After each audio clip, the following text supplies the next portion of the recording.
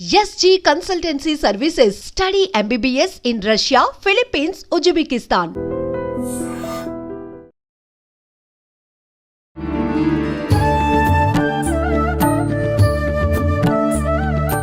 నమస్కారం, welcome to I dream.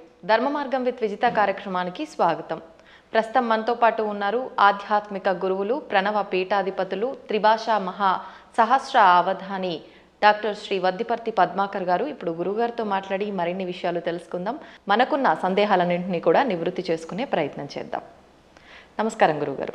గురుగారు, ఈ మధ్య కాలంలో ఎక్కువగా ఆడవాళ్ళు లలితా సహస్రనామ పారాయణం అనేది చేస్తూ ఉన్నారు. అంటే అది ఆలయంలో కూర్చొని చేసినా సరే, ఇళ్లలో అయినా సరే, ఒక నలుగురు అంతా ఒక దగ్గర కూర్చొని పారాయణం అనేది చేయడం ఎక్కువగా చూస్తూ ఉన్నాం.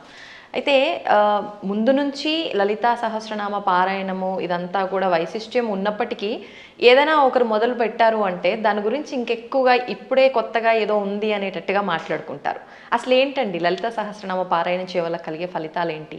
సృష్టౌ యా సర్గరూప జగదవన విధౌ పాలినీ యా చ రౌద్రీ సంహారే చాపి యస్యా జగదిదమఖిలం క్రీడనం యా పరాఖ్య పశ్యంతి మధ్యమాథో తదను భగవతీ వైఖరీ వర్ణరూప సాస్మద్వాచం ప్రసన్నా విధి హరిగిరిశారాధితాలంకరోతు.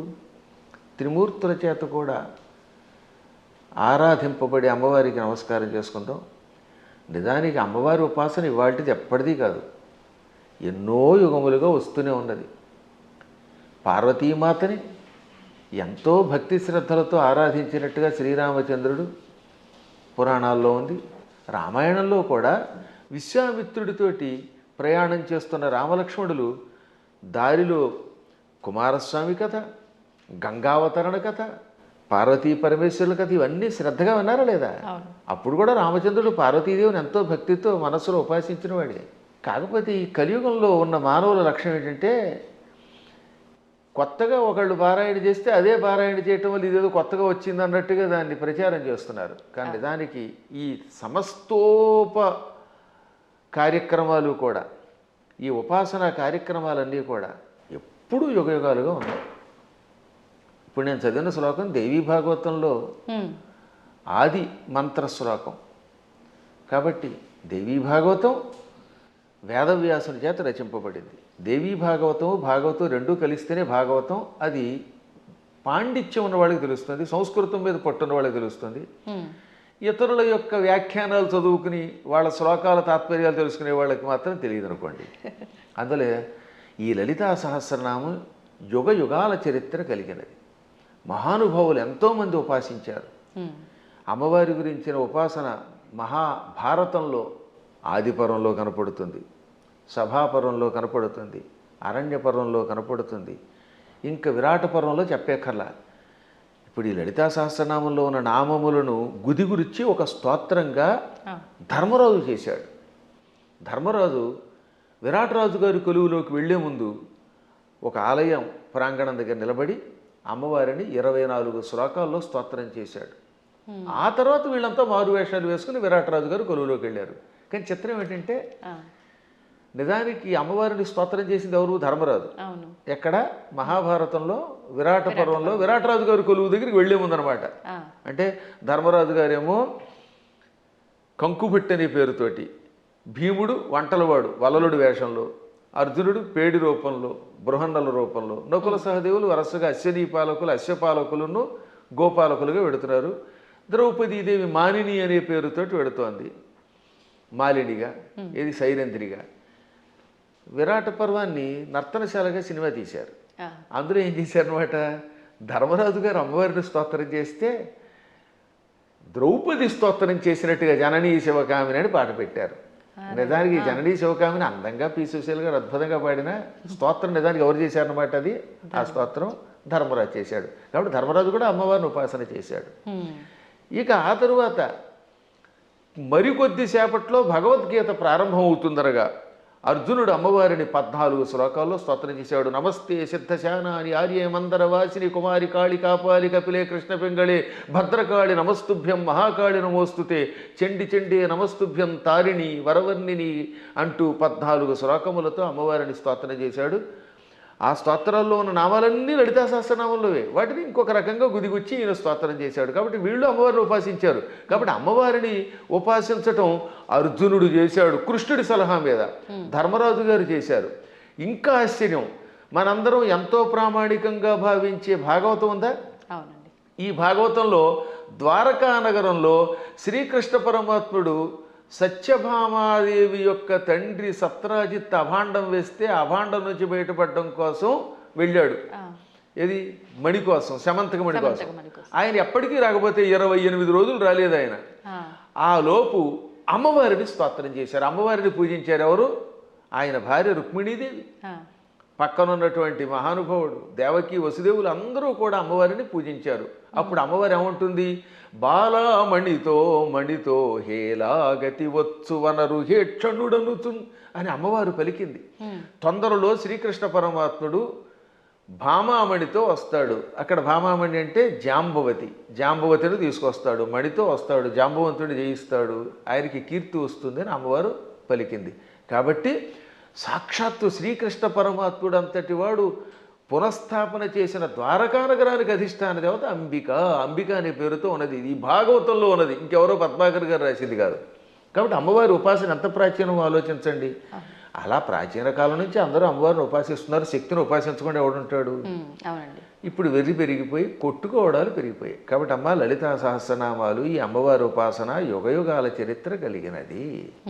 అందులో ఇప్పుడు ఏంటంటే కలియుగంలో శక్తి కల్పం అవటం వల్ల ఎక్కువ పెరుగుతుందట. దీనివల్ల ఎక్కువ లాభం కూడా ఉన్నది. ఇప్పుడు మేము ఉన్నాం, నిత్యం చేసేది భాగవత సప్తాహం. నాకు కృష్ణ పరమాత్ముడు ఎంతో, అమ్మవారి ఉపాసనతో చేసే ఉపాసనేమో అమ్మవారిది, కానీ మానసికంగా లోపల కనబడేది కృష్ణుడు. అర్చన అభిషేకం చేసేది శివుణ్ణి. కాబట్టి శివుడైనా కృష్ణుడైనా అమ్మైనా ఉన్నది ఒకే చైతన్య స్వరూపం. ఆ జ్ఞానం కలిగిన వాడు, వాడి స్థాయి వేరు.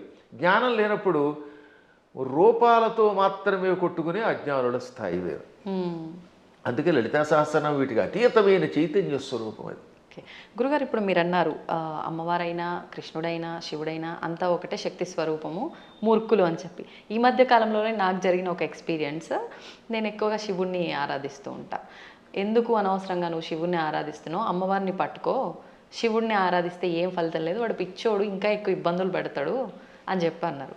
దానికి నేను ఏం సమాధానం చెప్పాలంటారు? నేను ఎలా నిర్ణయం తీసుకోవాలంటారు? అవతల మూర్ఖులు అయితే వాళ్ళకి ఏం సమాధానం చెప్పద్దు, మన పని మనం చేసేద్దాం.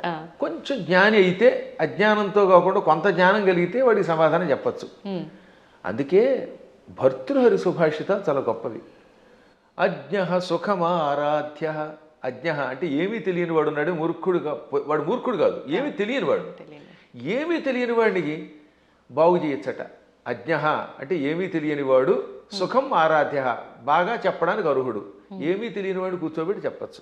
అంతే. సుఖతరం ఆరాధ్యతే విశేషజ్ఞ. బాగా చదువుకున్న పండితుడికి చెప్పచ్చు, ఏమీ తెలియని వాడికి చెప్పచ్చు, బాగా తెలిసిన వాడికి చెప్పచ్చు. జ్ఞానలవ దుర్విదగ్ధం బ్రహ్మాపి నరన్నరంజయతి. జ్ఞానలవ దుర్విదగ్ధుడు అంటే అర్థం ఏంటనమాట? తెలుసున్నది ఎంత, లవము అంటే కొంచెం, కొంచెం తెలుసు కానీ అన్నీ తెలుసు అని వాడికి అహంకారం. ఈ మధ్యన అలాంటి వాళ్ళు ఎక్కువైపోయారంట యూట్యూబ్లో. వాడికి ఏం తెలియదు, నాకు తెలుసు అని అహంకారం. అలాంటి మూర్ఖుణ్ణి బ్రహ్మాపి నరన్నరంజయతి. అటువంటి నరుణ్ణి బ్రహ్మ కూడా బాగు చేయలేట. వాడికి ఏం చెప్పలేడు, బ్రహ్మ వచ్చి చెప్పినా వెండవాడు.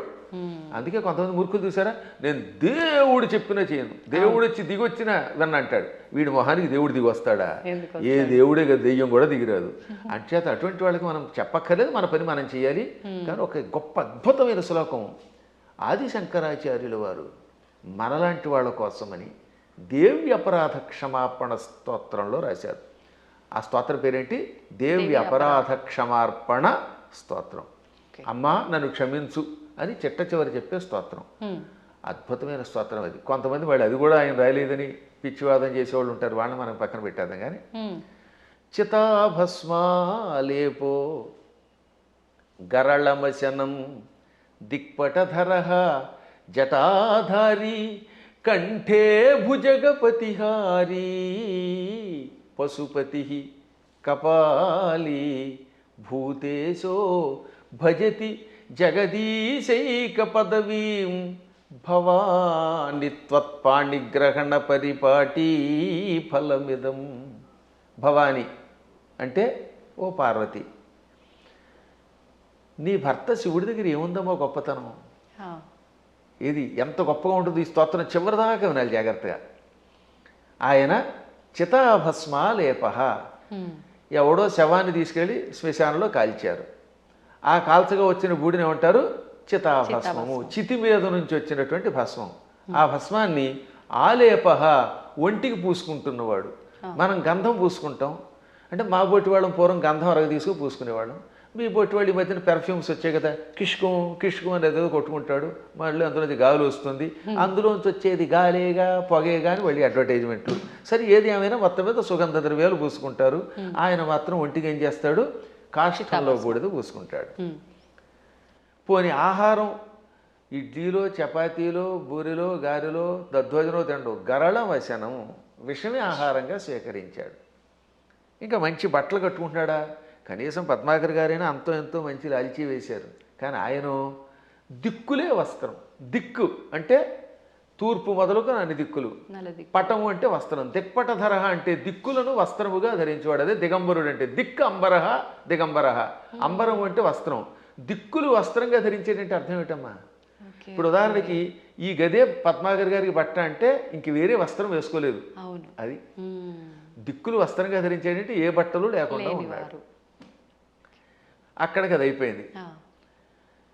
ఇక తర్వాత ఏమంటున్నాడైనా, జటాధారి, చక్కగా క్రాఫ్ దువ్వుకోడు, కర్లింగులు లేవు, కటింగులు లేవు, జడలు అట్ల కట్టేసి ఉంటాయి. ఆ అట్టలు కట్టిన జడల్ని ధరిస్తున్నాడు. మెడలో బంగారపు గొలుసు ఒక్కటి కూడా లేదు.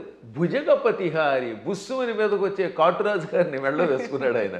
పావుని గొలుసుగా వేసుకున్నాడు. పశుపతి, ఇంకా ఆయన ఎవరికి అధిపతి? పశువులకు అధిపతి. చేతిలో చూస్తే ఏ కంచమో ఆకో పుచ్చుకుని వాళ్ళంతా బఫే నడుతున్నారుగా, ఆయన స్వామివారు ఏం చేస్తున్నారట? కపాలం ధరిస్తాడు. భిక్షాపాత్రగా చేతిలో పుర్రిని ధరించాడు, బ్రహ్మ కపాలాన్ని. భూతేశ, భూతాలకు అధిపతి. ఇవన్నీ అవలక్షణాలు పైకి కనపడ్డం. కానీ ఇన్ని అవలక్షణాలున్నా జగదీశైక పదవీం భజతి అంటే సమస్త లోకాలకి ఈశ్వరుడు అవుతున్నాడు. జగదీశ్వరుడు అనగా సమస్త లోకాలకి అధిపతి, చక్రవర్తి. అన్ని లోకాలని పరిపాలించడానికి కావలసిన అర్హతలు వచ్చేసి ఆయనకి. లోకాలన్నిటినీ పరిపాలిస్తున్నాడు. కారణం ఏమిటో తెలుసా? భవాని త్వత్పాణిగ్రహణ పరిపాటి ఫలమిదం.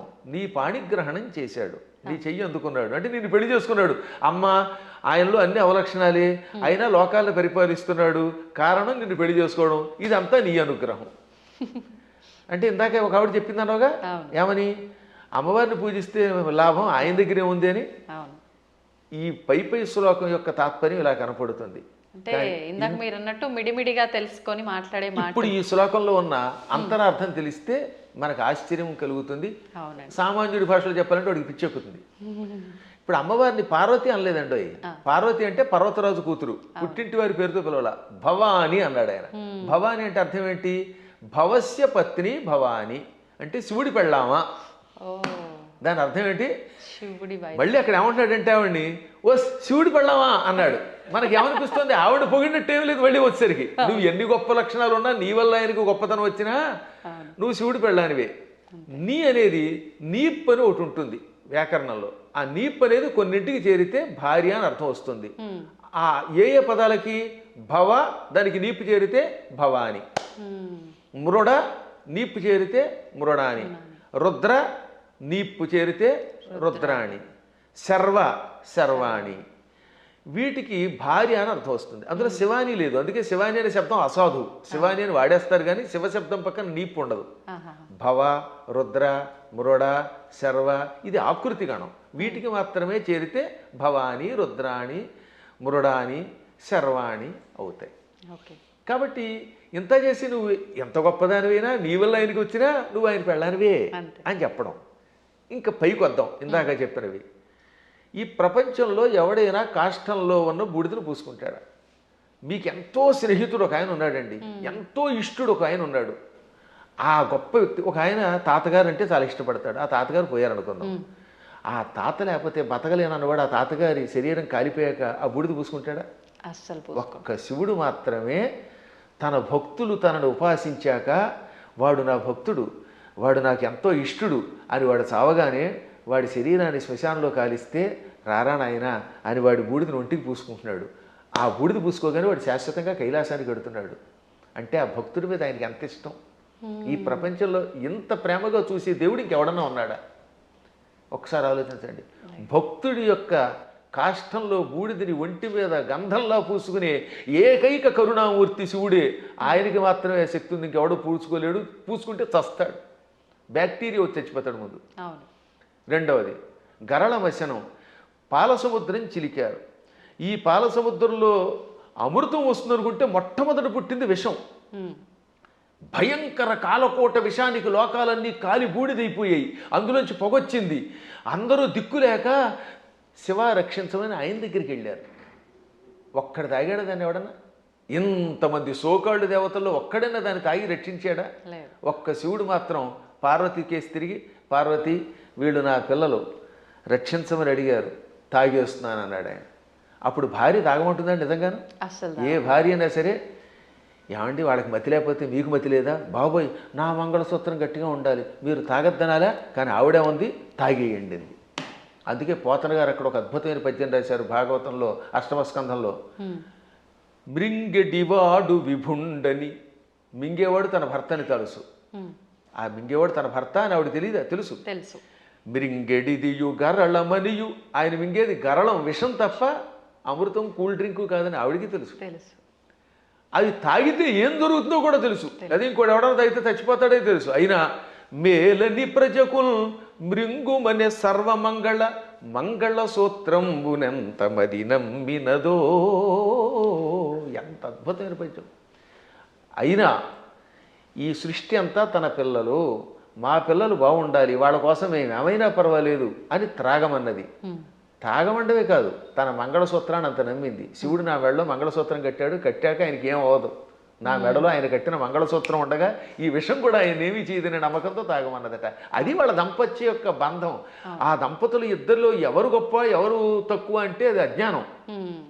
ఈవిడ వల్ల ఆయన, ఆయన వల్ల ఈవిడ. ఇంతకీ ఎందుకు చెప్తున్నానంటే నేను, అంతటి కాలకోట విషమును టక్కన చేతిలోకి తీసుకుని ఇంత నేరేడు పండు ముద్దగా మార్చి మింగాడు ఆయన. మింగడం కూడా కంఠంలో ఎక్కడ పెట్టుకున్నాడు? సరిగ్గా ఈ కంఠం దగ్గర పెట్టాడు. లోపల లోకాలు ఉన్నాయట, బయట లోకాలు ఉన్నాయి. విషం బయట ఉంటే బయట ఉన్న లోకాలని బూడిద చేస్తుంది. కడుపులోకి వెడితే కడుపులో ఉన్న లోకాలు బూడిదైపోతాయి. ఇక లోకములు లేని ఏకైక స్థానం ఆయన కంఠాన్ని మాత్రమే అట్టే పెట్టాడు. కంఠంలో లోకాలు లేవు, అందుకని గొంతుకులో పెట్టాడు. ఇక్కడుంటే ఎవరికీ ప్రమాదం లేదు కనుక. ఇప్పుడు మీకు ఒక కాఫీ ఇస్తాం, తాగండి. తాగి నాలుక మీద కానీ కడుపులోకి కానీ పంపకుండా గొంతుకులో అట్టే పెట్టగలరా? అస్సలు సాధ్యం. గుట్టక వేస్తే టక్కన కిందకి దిగిపోవాల్సిందే, లేదా అతి కష్టమే నోట్లో పెట్టాలి. అది కూడా ఎంతసేపు పెట్టగలం? బయటనే ఉమ్మాలి, అవునా? అటువంటిది అంత కాలకోట విషయాన్ని ఇక్కడ బంధించే శక్తి ఏ దేవతకు ఉంది? ఒక్క శివుడికి ఉన్నది. అందుకే తెల్లని శివుడి శరీరం కూడా, శివుడు కూడా నాలా అందంగా తెల్లగా ఉండేవాడు. ఈ విషం కంఠంలోకి వెళ్ళాక నీలంగా మారిపోయి శ్రీకంఠుడు గరళకంఠుడు అయ్యాడు. అది ఆయనకు ఒక ఆభరణం అయింది, కీర్తి తెచ్చిపెట్టింది. అందువల్ల గరళ వశనం అంటే అంతటి విషాన్ని ఆహారంగా స్వీకరించి గొంతుకులో పెట్టినవాడు ఆయన తప్ప ఎవడున్నాడమ్మా? ఇంకా ఆకాశాన్ని జుట్టుగా మార్చుకొని అట్లగట్టేలా జడలు పెట్టాడు. ఆకాశంలో ఉన్న మబ్బులు అవన్నీ ఆయనకి కేశములైపోయాయి. వ్యోమకేశుడు ఆయన, అందువల్ల జటాధారి. మెడలో వాసుకి అని పిలువబడే ఒక భయంకర సర్పాన్ని ఎవడు పెట్టుకోగలుగుతాడు? ప్రపంచంలో పాముల్ని భరించే శక్తి ఇద్దరికి ఉంది. ఒక ఆయన పాము మీద పడుకున్నాడు, శ్రీ మహావిష్ణువు ఆదిశేషుడి మీద. ఇంకోటి ఎవడు ఆయన భరించలేడు. ఆ వాసుకినేమో మెడలో ఈయన గొలుసులో వేసుకున్నాడు. అలా విషసర్పమును కూడా ఆభరణంగా ధరించావు. పశుపతి అంటే మనందరం పశువులం. జీవులందరినీ ఏమంటారు? పశువులు. ఇంగ్లీష్లో కూడా man is a social animal అంటారు, గుర్తుపెట్టుకోండి. సంస్కృతంలో కూడా అంతే. పశువులు జంతువునాం నరజన్మ దుర్లభం. ఈ జంతువులలో మానవ జన్మే దుర్లభము. కాబట్టి ఏ లాంగ్వేజ్లో అయినా సరే పశు శబ్దమునకు ప్రాణులు అని అర్థం. ప్రాణులందరినీ పరిపాలించేవాడు ఆయన పశుపతి అంటే. ఇంకా కపాలి, బ్రహ్మ కపాలాన్ని చేత్తో పట్టుకుని బ్రహ్మ యొక్క అహంకారాన్ని అడిచి యావజ్జీవితం చేతిలో పెట్టుకుని అందులో భోజనం పెట్టేవాడు ఎవడు అంటే కపాలి. అంటే ఇన్ని సంపదలున్నా అష్టసిద్ధులున్నా పార్వతి భార్య అయినా భిక్షాపాత్రని చేత ధరించి ఎవడైనా చివరికి భిక్షుకుడే. ఈ ప్రపంచంలో నేను భిక్షుకుడే, నువ్వు భిక్షుకుడివే, ఒకళ్ళనొకళ్ళు యాచించుకోవాలి అని చెబుతున్న మహానుభావుడైన ఒక్కడే. ఓకే. ఇంకా భూతేశ, భూతములు అంటే మీరు అనుకున్నట్టుగా హైహాన్ మీదకి వచ్చే భూతాలు కాదు, పంచభూతాలు. ఈ పృథివ్యాపస్తేజో వాయురాకాశములు, భూమి, అగ్ని, జలము, వాయువు, ఆకాశం అనే పంచభూతములు. ఇక ప్రాణులు, వీళ్ళందరికీ అధిపతి. అందుకే ఆయన జగత్తుకి ఈశ్వరుడు అయ్యాడు. అందువల్ల నువ్వేం చేసావు? ఆయన గొప్పతనం గ్రహించి ఆయన కోసం తపస్సు చేసి ఆయనే భర్త అవ్వాలని దగ్గరికి వెళ్ళి పార్వతి అని పేరున్నదానివి భవాని అయిపోయావు, ఆయన భార్యవై. అందుకే ఇప్పటికి కూడా ఇంగ్లీష్ వాళ్ళు మన సంస్కృత సంప్రదాయాల్లో కొన్ని పాటిస్తున్నారు. ఉదాహరణకి పద్మాకర్ గారి భార్య ఉంది, ఆవిడ ఏమన్నా మిసెస్ పద్మాకర్ అంటారా లేదా? అంటారు. రంగవేణి గారిని పిలవకుండా అంటే భవానీలాగా. పార్వతి కాస్త ఆయన భార్య అయ్యాక మిసెస్ శివ అయ్యింది, ఆ మాట భవానీ అన్నాం అంతే టెక్నిక్గా. అంటే ఎంత గొప్ప శక్తి! శివుడి భార్యని అనిపించుకోవడానికి ఇష్టపడుతోంది కానీ నేను పార్వతిని ఫలానా వాళ్ళ పుట్టింటి వారి సంబంధమైందా అని అనిపించుకోవడానికి ఆవిడ ఇష్టపడటం లేదు. ఈ లక్షణాలు ఆయనలో గొప్పవి కాబట్టే ఆయనని నువ్వు వరించావు, నీ వల్ల ఆయన పార్వతీ వల్లభుడయ్యాడు. ఈ విధంగా మీ ఇద్దరు గొప్పవారే. ఇంక చివరిగా దిక్పటధరహ అంటే దిక్కులే వస్త్రములంటే మొత్తం ప్రపంచం అంతా వ్యాపించినవాడు. అది వ్యాపిస్తే కదా బట్ట అయ్యేది. మీరు ఆలోచించండి, తూర్పు, పడమర, ఉత్తరం, దక్షిణం, ఆగ్నేయం, నైరుతి, ఈ వాయువ్యం, ఈశాన్యం అని పిలువబడే దిక్కులు పైన కింద ఉన్నవి మనకు బట్ట అవ్వాలంటే మనం అంత శరీరం కలిగిన వాళ్ళు అయ్యి ఉండాలి. ఇప్పుడు నాకు ఈ గది బట్ట అవ్వాలంటే నేను గది అంతా నిండిపోవాలి, అప్పుడే ఈ గదిని నేను బట్టగా ధరించగలను. అవునా? అందువల్ల సర్వవ్యాపకుడు అని అర్థం.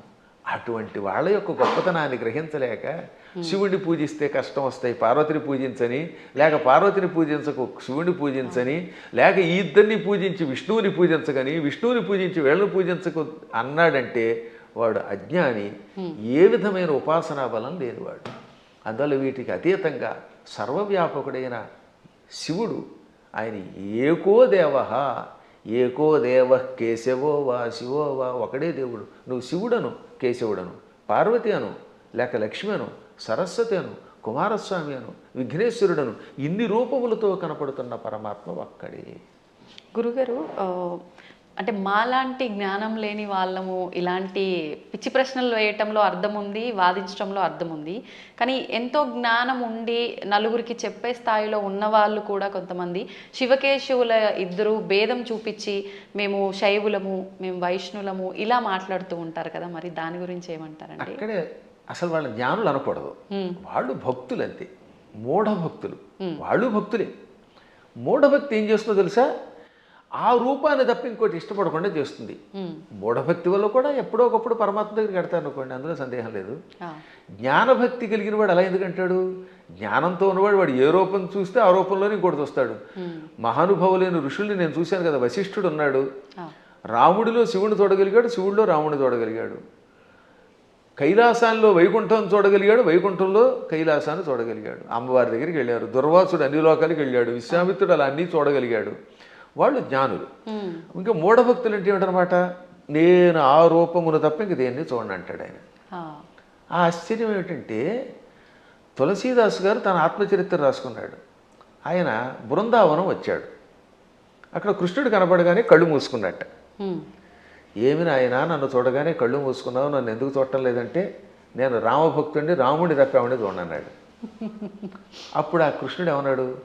రాముడైనా కృష్ణుడైనా నేనే కదా, నువ్వు భాగవతం చదివిన వాడివి, నేను ఎన్నో అవతారాలు ఎత్తానని నీకు తెలుసు కదా అంటే అన్నీ నాకు అనవసరం, నువ్వే అన్ని రూపాలు, నువ్వే మత్స్య కూర్మాది సమస్త అవతారాలు ధరించావు, అయినా నేను రాముడి తప్ప చూడను, నాకు ఆ కోదండం పుచ్చుకుని ఏకపత్నిరతుడిగా ఉన్న రాముడే కావాలి, కృష్ణుడు వద్దన్నాడు. అప్పుడు ఆయన నవ్వి రాముడిగా, ఇది కృష్ణ విగ్రహంలో ఉన్న స్వామివారు రాముడిగా దర్శనమిచ్చాక అప్పుడు నమస్కరించాడు. అప్పుడు ఆయన కనువిప్పు కలగజేసి, పిచ్చివాడా, పువ్వులు వేరైనా ఏ పువ్వుతో చేసినా పూజ ఒకటే కదా, అంతే అండి. ఎదురుగుండా నువ్వు ఒక విగ్రహం పెట్టుకున్నావు, ఒక్కోసారి గన్నేరు పువ్వులు, ఒక్కోసారి మందార పుష్పాలు, మరోసారి ఏమో సంపంగులు ఇలా దొరుకుతాయి. ఏ పుష్పంతో పూజ చేసినా పూజ ఒకటే, పువ్వులు వేరైనా పూజ ఒకటే. అలాగే మూర్తులు వేరైనా అందులో ఉన్న చైతన్యం ఒకటే. ఈ మాత్రం జ్ఞానం లేకపోతే నీకు ఎప్పటికీ మోక్షం వస్తుందనగా అప్పుడు పశ్చాత్తాపంతో ఆయన రాముడైనా కృష్ణుడైనా ఒకటే అని హిందీలో ఒక స్తోత్రం రాశాడు. దాన్ని తెలుగులోకి అనువాదం చేసి శ్రీకృష్ణాంజనేయ యుద్ధం అని ఒక సినిమా ఉందిరండి. అందులో చాలా అద్భుతంగా రాశారు. ఘంటసాల వారు చాలా బాగా పాడారు. చిట్ట చివరిలో ఆంజనేయుడు జ్ఞానోదయం పొందినట్టుగా ఆ పాట పెట్టారు.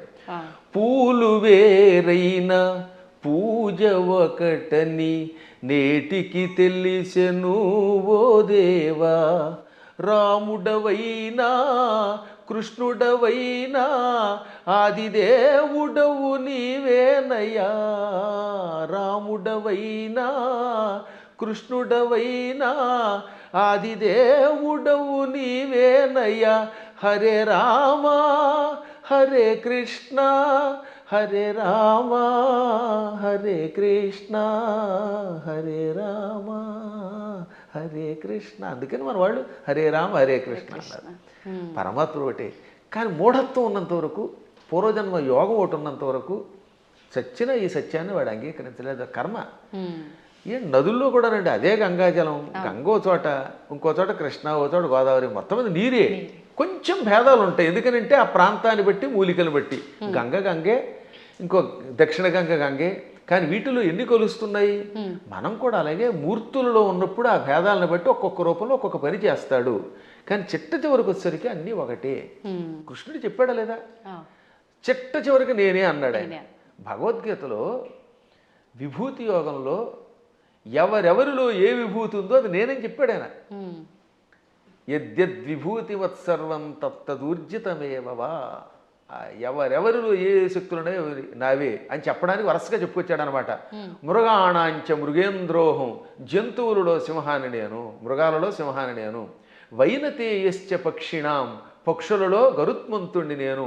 ప్రహ్లాదశ్చాపి దైత్యానాం, రాక్షసులలో ప్రహ్లాదుణ్ణి నేను.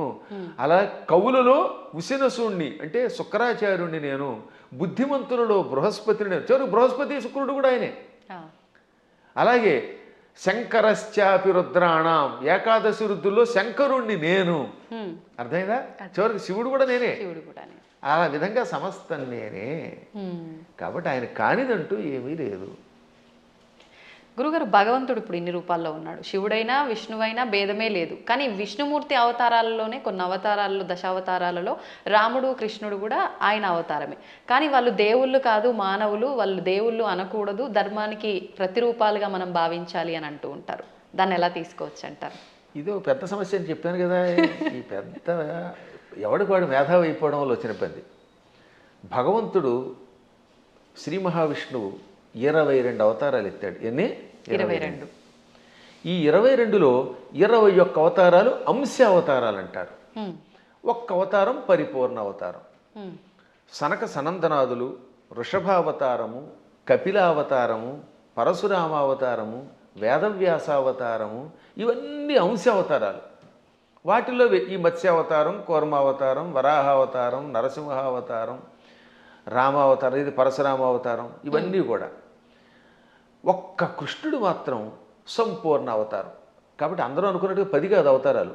భాగవతంలో ప్రారంభంలోనే ఉంటుంది, ప్రథమ స్కంధంలో 22 అవతారాలు చెబుతూ అందులో 21 అవతారాల్ని ఏతే చాంస కళా పుంస ఏతే చ అంశ కళా పుంస కృష్ణస్తు భగవాన్ స్వయం. 21 అవతారాలు అంశావతారాలు, అంశ కళలు. ఒక్క కృష్ణుడు మాత్రం పరిపూర్ణ అవతారం. అందుకే కృష్ణస్తు భగవాన్ స్వయం. ఒక్క రామావతారంలో నేను మానవుణ్ణి అని ఆయన అనకపోతే రావణుడిని చంపలేడు. ఎందుకని మానవుడి చేతిలో వాడు చస్తాడు కనుక. అందుకని ఆయనకి తెలియదు లోపల. ఆయన పరమాత్మని ఆయనకి తెలియకపోతే ఇన్ని పనులు ఎలా చేసాడండి? ఎంతమందికి శాప విముక్తి కలగజేశాడు, ఎంతమందిని వైకుంఠానికి పంపించగలిగాడు. కానీ పైకి చెప్పకూడదు. అందువల్ల పరమాత్మ నటించాలి లోపల. అందుకని మర్యాద పురుషోత్తముడుగా ఆత్మానం మానుషం మన్యే రామం దశరథాత్మజం. దేవతలంతా చిట్ట చివర వచ్చి ఏది రావణవధ అయిపోయాక నువ్వు విష్ణువు అంటే మీరు ఏదో విష్ణువు అంటున్నారు, అదిని పొగుడుతున్నారు, నాకు తెలియట్లేదు. నేను మాత్రమే అనుకుంటున్నాను, నన్ను నేను మానవుడు అనుకుంటున్నాను. ఆత్మానం అంటే నన్ను మానుషం మన్యే, మనిషిగా భావిస్తున్నాను. మన్యే అంటే భావిస్తున్నాను, అనుకుంటున్నాను. పైగా ఎవరట? రామం దశరథాత్మజం, దశరథుడు కొడుకేని రాముడు అనుకుంటున్నాను. మీరు ఎవరో అంటున్నారంటే అప్పుడు శివుడు వచ్చామన్నాడు. అక్కడ భలే చెప్తాడండి వాల్మీకి. షడర్థ నయన శ్రీమాన్ అన్నారు శివుణ్ణి. ఏమన్నారు? షడర్థ నయన. అసలు ఇటువంటి పదాలు వాల్మీకి తప్ప ఎవరు రాయలేరు, కవులు కాబట్టి బాగా రాస్తారు. నయన అంటే కళ్ళు కలిగినవాడు. షట్ అంటే అన్ని 6, అందులో అర్ధ అంటే అంత సగం. షడర్ధనైన అంటే 6లో సగం 3 కళ్ళు కలిగిన వట్ట త్రినేత్రుడ. ఎంత త్రినేత్రుడు అనడానికి ఎంత చమత్కారం చేయాలి, బలి పెడతాడు కదా. అదే కవుల యొక్క చమత్కారం. అందువల్ల కవుల చమత్కారం తెలియక రామాయణం అర్థం కాక ఏదో పిచ్చివాగుడు అవుతారు. కానీ షడర్ధనైన అండంలో అర్థం ఏంటో తెలుసా? 6ని 3గా చేశాడు, 6 శత్రువుల్ని 3గా చేశాడు. ఆ 3ంటిని సూర్యచంద్రులు అగ్నిగా మార్చి కళ్ళుగా పెట్టుకున్నాడు. వీటిల్లో సూర్యుడు స్వయం ప్రకాశకుడు, చంద్రుడు సూర్యుడు యొక్క కాంతి సేకరించి చల్లదనం ఇస్తాడు. ఈ 3 ఆయన దేన్నైనా భస్మం చేస్తాడు. అంటే కామక్రోధ లోభమోహ మదమాత్సర్యాలనే శత్రువుల్ని 3 ముద్దలు చేసి ఈ 3 ముద్దల్ని కూడా ప్రజలకి త్రిగుణముల రూపంలో ఇచ్చి త్రిగుణములతో కూడిన ప్రజల్ని త్రిగుణాతీతుల్ని చెయ్యగలిగే శ్రీమాన్ సంపదలు కలిగిన వాడు శివుడు. అసలు శివుడి యొక్క వైభవాన్ని, దాని గురించి ఇప్పుడు మీకు ధర్మ సందేహాల్లో కాబట్టి క్లుప్తంగా చెబుతున్నాను. కానీ దీనికి ఎంతో వ్యాఖ్య చేయొచ్చు. అటువంటి శివుడు, నాయన నువ్వు సాక్షాత్తు విష్ణువువి, దేవతలంతా ప్రార్థించటం వల్ల రాముడిగా అవతరించి దుష్ట శిక్షణ శిష్టరక్షణ చేసావు తప్ప సామాన్యుడు కాదు అని చెబితే దశరథుడు మళ్ళీ వచ్చి ఆయన్ని స్తుతించాడు, బ్రహ్మాదులు స్తుతించారు. అప్పుడు అర్థం అవట్లేదా ఆయన సాక్షాత్తు స్వామిని? కాబట్టి అవేమో ఏదో మానవ అవతారాలంటే ఎలా ఒప్పుకుంటాం? మానవుడిగా అవతరించి మానవుడిగా నటించి ధర్మమును లోకమునికి ఇచ్చిన ఆది విష్ణువు. అది మర్చిపోకూడదు మనం.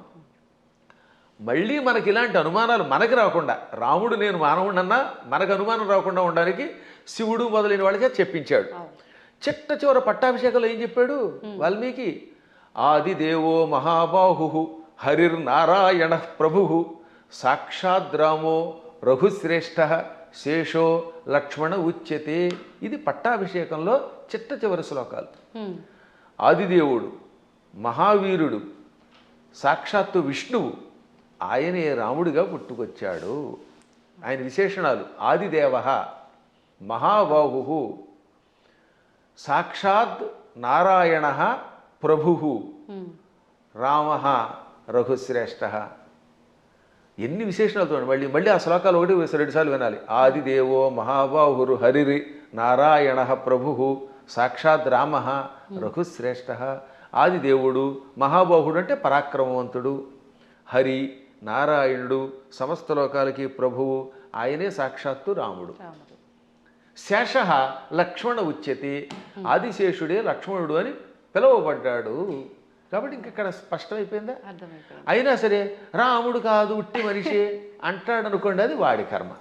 గడ్డి పరకలు తినేవాళ్ళు అలాంటి మాటలు మాట్లాడతారు, అజ్ఞానంతో మాట్లాడేవాళ్ళు అలా మాట్లాడతారు. కానీ మనకి తెలుసు, అందుకే రామనామాన్ని ఇప్పటికి కూడా మనం స్మరించి గుడి కట్టి పూజిస్తున్నాం. అందువల్ల ఆయన ఏం చేశాడు, ఎలా చేశాడో తెలుసుకోవాలి, రాముడిలాగా నడుచుకోవడానికి ప్రయత్నించాలి. ఇంకా కృష్ణుడు చెప్పడమే ప్రారంభంలోనే విశ్వరూపంతో పుట్టుకొచ్చాడు. అసలు పుట్టడమే విశ్వరూపం. ఆ తర్వాత వెళ్ళి చిన్నపిల్లవాడు ఎన్నో లీలలు, అణువణువునా లీలలే. ఎన్ని చూపించాడో లీలలు లెక్కలేదు. ఒకసారి ఏమో మామూలుగా నేను చిన్నపిల్లాడిని అంటాడు, నాకు పెద్దవాళ్ళు మీరు దండం పెట్టడం ఏమిటంటాడు అని వెంటనే గోవర్ధన పర్వతం ఎత్తుతాడు. ఇది అక్రూరుడు వచ్చాడులేండి. అక్రూరుడు రాగానే, అక్రూరా నేను 8 ఏళ్ల బాలుణ్ణి, నువ్వేమో 40 ఏళ్ల వాడివి, నువ్వు పెద్దవాడివి, నాకు నమస్కారం చేయటం ఏమిటి అనగానే కాసేపు ఆయన భ్రమలో పడ్డాడు. వెంటనే వెళ్ళి యమునా నదిలో తన విశ్వరూపం చూపించాడు. వెంటనే తాను మరిచిపోయి స్తోత్రం చేసి, నేను పెద్దాడిని ఏంటి, నువ్వు పిల్లవాడు ఏమిటి, సమస్త లోకాలకి నువ్వే తండ్రి బాబోయ్ అన్నాడు ఆయన. ఇన్ని లీలలు చూపించిన పరమాత్ముడు. ఇటువంటి వాళ్ళు మనుషులు అంటే ఆ అన్నవాళ్ళ యొక్క విచక్షణ వదిలేయాలి తప్ప ఇంక మనం ఏం అనలేమంతే. గురుగారు, అంటే ఇది అంటే మూర్ఖంగా ఉంటుందేమో ప్రశ్న, కానీ మీరు ఇప్పుడు చెప్పిన దాంట్లోంచి నాకు అనిపించింది, అంటే ఆయన భగవంతుడే మానవుడిగా ఉండి మానవుడిగా నటించి ఆయన చేయాల్సిన కార్యం చెయ్యాలి అని చెప్పి, అంటే ఒక రకంగా ఇక్కడ వాళ్ళ అసలుని దాచేసి ఇంకో రూపంలో వచ్చి కార్యాన్ని నిర్వర్తించాలి అక్కడ. మోసం చేసినట్టేనేమో, అంటే మన మానవుల భాషలో భగవంతుడే మోసం చేశాడు, మరి నేనెందుకు చేయకూడదు, నేను మోసం చేస్తే తప్పంటారు, ఇది అధర్మం అంటారు అనొచ్చు కదండి, దానికి ఏం చెప్తారు? ఇప్పుడు మీరు మోసం చేశారు అనుకుందా, కాసేపు ఎవరిదో బ్యాంక్ అకౌంట్లో హ్యాక్ చేసి డబ్బులు లాగేశారు, అందుకే ఈ మధ్య నా అకౌంట్లో ఎవరికి ఇవ్వట్లేదులేండి. ఇప్పుడు ఇచ్చిన డబ్బుని మళ్ళీ మీరు రెట్టింపు ఇవ్వగలరా? కానీ శ్రీకృష్ణ పరమాత్ముడు కాసేపు మానవుడిలా నటించి కాసేపు మాయ చేశాడు, ఆ తర్వాత వాళ్ళని తీసుకెళ్ళి రక్షించాడు లేదా? వాళ్ళ గురువు గారిని కాసేపు నేను సామాన్య బాలుడిని అన్నట్టుగా నటింపజేసి కాసేపు మాయబుచ్చాడు, వాళ్ళ అబ్బాయిని బతికించిచ్చాడు లేదా? అలాగే గోపాలకులంతా ఉన్నారు అక్కడ, వాళ్ళందరి దగ్గర కాసేపు చిన్నపిల్లాడిలాగా మాయబుచ్చాడు. కానీ కష్టం రాగానే ఇంద్రయాగం ఆపేసిన వెంటనే ఇంద్రుడు వర్షం కురిపించాడు హోరాత్రులు, అవునా? ఆ సమయంలో గోవర్ధన పర్వతాన్ని కుడి చేత్తో పైకెత్తి వాళ్ళని రక్షించాడు లేదా? చిటికిన వేలుతో ఎత్తలేదు, చిటికిన వేలు, ఇంకేదో బొటన వేలు, వాడి మొహం, ఇలాంటివన్నీ ఎవడికి తోచింది వాడు చెప్తాడు. కరేణైకేన అన్నారు, అంటే ఒక చేత్తో, అది కూడా దక్షిణ హస్తేన, 2 సార్లు వ్యాసుడు రాశాడు. తెలుగులో కూడా గోవర్ధన గిరి ఎత్తెన్ చక్క నొక్క కేలన్ లేలన్ అని పోతన గారు అనువాదం చేశాడు. మళ్ళీ అది ఏ చెయ్యో మనకి తెలియదు కదా, అందుకని తర్వాత పద్యంలో వలకేలదాల్చి అంటే కుడి చేత్తో ఎత్తి విపుల ఛత్రంబుగా బట్టి అన్నాడు, చేత్తో ఎత్తాడు ఆయన. పర్వతాన్ని 7 రోజులు ఎవరెత్తగలరు? అప్పుడు వాళ్ళకి అర్థమైందా లేదా? కాబట్టి పరమాత్ముడు ఎప్పుడు నేను పరమాత్ముడిని భూలోకంలో ఉన్నప్పుడు చూపిస్తే తన లీలలో, అప్పుడు అవతల వాళ్ళు ఈయంతో సన్నిహితంగా మెలగలేరు. ఇప్పుడు మీ పై ఆఫీసర్ ఎప్పుడు స్ట్రిక్ట్గా నేను ఆఫీసర్ని కూర్చుంటే మీరు ఏం ఉద్యోగం చేస్తారు? ఈ దిక్కుమాలాడు శాడిస్ట్ దొరికాడు అంటారా లేదా? అంటారండి. ఏడిపించేస్తే మీకు స్వేచ్ఛ ఇవ్వాలి. అందువల్ల ఆఫీసర్, బహుశా మీదైనా ఆఫీస్ అనుకుంటున్నాను, నాకు తెలియదు అది. ఒకవేళ ఇతరుల దగ్గర ఉద్యోగం చేస్తే ఆ ఉద్యోగం చేసినంతసేపు అవతల వాడు ప్రేమగా చూడాలి. ఇప్పుడు నా దగ్గర చాలామంది పనిచేస్తున్నారు, అర్చకులు పనిచేస్తున్నారు. నాతో పాటు మీరు చూశారు కదా, నాతో పాటు ఓ సహాయకుడు వస్తాడు రాజు. మా అర్చకులు సాయి మనోజ్ కానీ లేకపోతే పవన్ శర్మ కానీ, వీళ్ళు నన్ను ప్రేమగా తండ్రిలా భావించి కూడా ఉంటున్నారు కాబట్టి ఇంత హాయిగా ఉంటున్నారు. వాళ్ళు ఎందుకు ఖర్చు పెట్టారు, ఎలా చేశారు నేను అడగను, అప్పుడు వాళ్ళు ఇంకా నిజాయితీగా ఉంటారు. అవునండి. ఇంట్లో వంటకి మాకు చిన్నప్పుడు ఒక ఆయన ఉండేవాడు, ఒక హౌస్లో ఉండేవాళ్ళండి. ఆయన కోటీశ్వరుడు, బంగారపు అధిపతి. వంట ఆవిడకి వేరుశనగ గుళ్ళు ఇచ్చి ఎన్ని గుళ్ళు ఖర్చు పెట్టేవారు వాడు. ఆయన ఎన్ని గ్రాములు కాదు, 100 గింజలు ఇచ్చి ఈ పూటకి 10 గింజలు, రేపు మళ్ళీ పోపులో 10 గింజలు, 10 మినప గింజలు, 10 శనగ గింజలు ఉన్నారు. అయ్యో మీ అదృష్టం వల్ల మీకు మంచి వాళ్ళు దొరుకుతున్నారమ్మా, నా బొట్టి వాళ్ళు మహానుభావులు దొరుకుతారు కాబట్టి మీకు తెలియట్లేదు. కానీ బయట ఇలాంటి పిసినగొట్లే ఎక్కువ మంది ఉన్నారు. కాబట్టి ఎందుకు చెప్తానంటే ఈ లెక్కలన్నీ అడిగితే ఆ వంట ఆవిడ ఇంట్లో పని చేయగలదా? అస్సలు చేయలేదు. ఆఫీసర్ల దగ్గర మనం ఉద్యోగం చేయగలమా? అందువల్ల ఏమవుతానమాట వాళ్ళు బిగుసుకుపోయి స్ట్రిక్ట్గా ఉండి అనుక్షణం ఏడిపిస్తే మనం చేయలేము. అందుకని పరమాత్మ స్నేహితుడిగా, కొడుకుగా, కొన్ని చోట్ల తండ్రిగా, కొన్ని చోట్ల మిత్రుడిగా, కొంతమందికి భర్తగా, మరికొంతమందికి ఇంకో రకంగా, ఇన్ని రకాలుగా నటించి వాళ్ళల్లో ఒకడై సామాన్యుడిలో ఉన్నాడు. అది ప్రేమగా వాళ్ళతో నటించడం తప్ప మోసం చేయటం కాదు. అలా వాళ్ళతో ప్రేమగా ఉండి వాళ్ళ చేత సేవ చేయించుకుంటూ లేక తాను సేవ చేస్తూ కష్టాలు వచ్చినప్పుడు కష్టాలు తొలగించి కొందరికి మోక్షం ఇచ్చి కొందరికి సంపదించి కాపాడాడు. ఇప్పుడు కుచేలుడు ఉన్నాడు, కుచేలుడికి అడగకుండానే ఇక్కడ నుంచే ఇళ్ళు పంపాడు. స్థలం కొనలేదు, రిజిస్ట్రేషన్ లేదు, మున్సిపాలిటీ వాళ్ళకి ప్లాన్ అప్రూవల్కి పంపడం లేదు. కుచేలుడి దగ్గర గుప్పుడు అడుగులు తినగానే అక్కడ ఆయన ఇంట్లో, కుచేలుడి యొక్క నగరాన్ని ఇప్పుడు పోరుబందర్ అంటారు, గాంధీ గారి కుటుంబానికి దగ్గరలోనే ఉంటుంది అది, ఆ ఆలయం ఎప్పటికి కూడా, అది కుచేలుడి ఇల్లు. 7 అంతస్తుల బిల్డింగ్ ఇచ్చేసాడు. అలా ఇవ్వగలిగితే అప్పుడు మనం చెయ్యాలి. అందువల్ల మనం మోసం చెయ్యడం ఎలాగా అనేది కథల్లో నేర్చుకుంటున్నాం, కానీ ప్రేమ చూపించడం, మహిమలు చూపించడం నేర్చుకోవట్లేదు. కాబట్టి శ్రీకృష్ణ పరమాత్ముడు చేసినట్టుగా మనం ఎక్కడ చేయగలుగుతాం? 16,000 మంది రాజకన్యకల్ని నరకాసురుడు జైల్లో పెట్టి హింసించి మానభంగం చేసి ఏడిపించాడు. పాపం దిక్కు లేకుండా అయిపోయారు. ఆ నరకాసురుడిని చంపాడు. చంపగానే ఆ చెరసాల్లో ఉన్న వాళ్ళంతా బయటకు వచ్చారు. ఇంటికి వెడితే మమ్మల్ని ఆదరించేవాళ్ళు లేరు. కొంతమందిని భర్తల్ని చంపి పట్టుకొచ్చాడు, తల్లిదండ్రులు చంపి కొంతమందిని పట్టుకొచ్చాడు. ఇలా రకరకాలుగా తీసుకొచ్చాడు, అత్యాచారం చేశాడు. ఇప్పుడు ఇంటికి వెడితే ఎవరు ఆదరిస్తారు? భర్తలా రానివ్వరు, తల్లిదండ్రులు ఉన్నారో లేదో తెలియదు, మాకు గౌరవం ఉండదు సంఘంలో. అందుకని మమ్మల్ని రక్షించమని మనస్సులో కోరుకుంటే ఈ 16,000 మందిని ఒకేసారి 16,000 మంటపాలు కట్టించి, 16,000 పెళ్లి మంటపాలు, వేదికలు కట్టించి 16,000 మంది మెడలో ఒకేసారి 16,000 రూపములతో మంగళసూత్రం కట్టి పెళ్లి చేసుకున్నాడు. ఇలా చేయమని చూద్దాం ఎవడన్నా? నువ్వు కృష్ణుడిలాగా 16,000 మందిని పెళ్లి చేసుకుంటానంటే 16,000 మందికి ఒకేసారి తాళి కట్టగలవా? ఇన్ని మండపాలు ఒకేసారి ఏర్పాటు చేయగలవా? అందరి ఇళ్లలో ఉండగలవా? వాళ్ళందరినీ ఇలా గౌరవంతో కాపాడగలవా? చేయలేవు నీ మొహం. అందువల్ల కృష్ణుడితో పోల్చుకోవాలంటే నీ లెవెల్ అలా ఉండాలి. ఇంకొక విషయం చెప్పాలి ఇక్కడ. ఒక రోజున నారదుడు అంతటి వాడికి అనుమానం వచ్చింది. ఎందులో? భాగవతంలోనే. మళ్ళీ ఇంకో పురాణం కాదు, భాగవతంలోనే ఒక రోజున నారదునికి కృష్ణుడి మీద అనుమానం వచ్చింది. ఏది ఇంత నిత్యం నారాయణ అని ఆయనకు కూడా మాయ. ఇదే మాయ అంటే. ఇప్పుడు మీరు నా ఎదురుగుండా కూర్చున్నా మీరు అప్పుడప్పుడు నన్ను కూడా సామాన్యుడని ఎలా మాయలో పడిపోతూ ఉంటారో అలాగా కృష్ణ పరమాత్ముడి నామస్మరణం చేసే నారదుడు కూడా కృష్ణుడిని సామాన్యుడు కదా, ఇంతమంది భార్యలతో ఎలా వేగుతున్నాడు, 16,108 మందితో ఎలా వేగుతున్నాడు పరిశీలించాలనిపించింది. ఇది మాయ అంటారు దీన్ని. అందుకని వెంటనే ముందు ఏం చేశాడు? రుక్మిణీ మాత ఇంటికి వెళ్ళాడు. రుక్మిణీదేవి ఇంట్లో ఇద్దరు రుక్మిణీదేవి గదిలో ఒక మంచం మీద కూర్చొని సరదాగా పాచికలు ఆడుకుంటున్నారు, జోదం ఆడుకుంటున్నారు. రావోయ్ నారద అన్నాడు ఆయన. ఓ నమస్కారం చేసి, ఇప్పుడు రుక్మిణి దగ్గర ఉన్నాడు కదా, ఇక్కడ నుంచి రెండో భార్య జాంబవతి దగ్గరికి వెడదాం. రెండో ఆవిడ జాంబవతి, 3 సత్యభామ. ఎందుకని? శమంతకమణిని తీసుకురావడానికి వెళ్ళింది ముందు జాంబవతి దగ్గరికి. జాంబవతిని పెళ్లి చేసుకుని వచ్చాక ఆ తర్వాత సత్రాజిత్తుకి మణిస్తే 3వ భార్య సత్యభామ అయ్యింది. ఇప్పుడు ఏం చేశాడు? రెండో భార్య దగ్గరికి వెళ్ళాడు. అక్కడ కృష్ణుడు కనపడలేదు, జాంబవతి కనపడింది. అమ్మా జాంబవతి, ఈ కృష్ణుడు ఉన్నాడే ఆ రుక్మిణి దగ్గర అనేదో చెప్పబోతూ ఉంటే, ఏమిటి మహర్షి చెబుతున్నారు మావిడికి అని ఆవిడ పక్క నుంచి వచ్చేసాడు ఈయన. మా ఆయన ఇప్పటిదాకా నా పక్కనే ఉన్నాడు, నాకు జడేస్తున్నాడు, నువ్వేదో రుక్మిణి అంటున్నావు ఏమిటంది. అబ్బే లేదమ్మా, రుక్మిణి దగ్గరికి వెళ్లకుండా నీ దగ్గరికి వచ్చాడని చెప్పబోతున్నానని మాట మార్చి ఇక్కడి నుంచి సత్యభామ దగ్గరికి వెళ్ళాడు.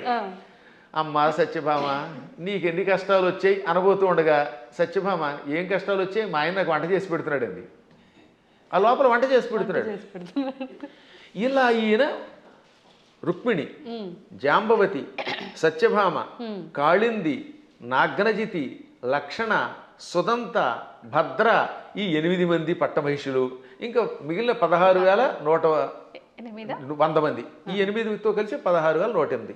అందరి పేర్లు చెప్తాను, ఓ ఏడాది పడుతుంది మరి మీకు రాసుకోగలనండి వరసగా. వాళ్ళందరి పేర్లు నాకు తెలుసు, కంఠస్థం కూడా చేశాను.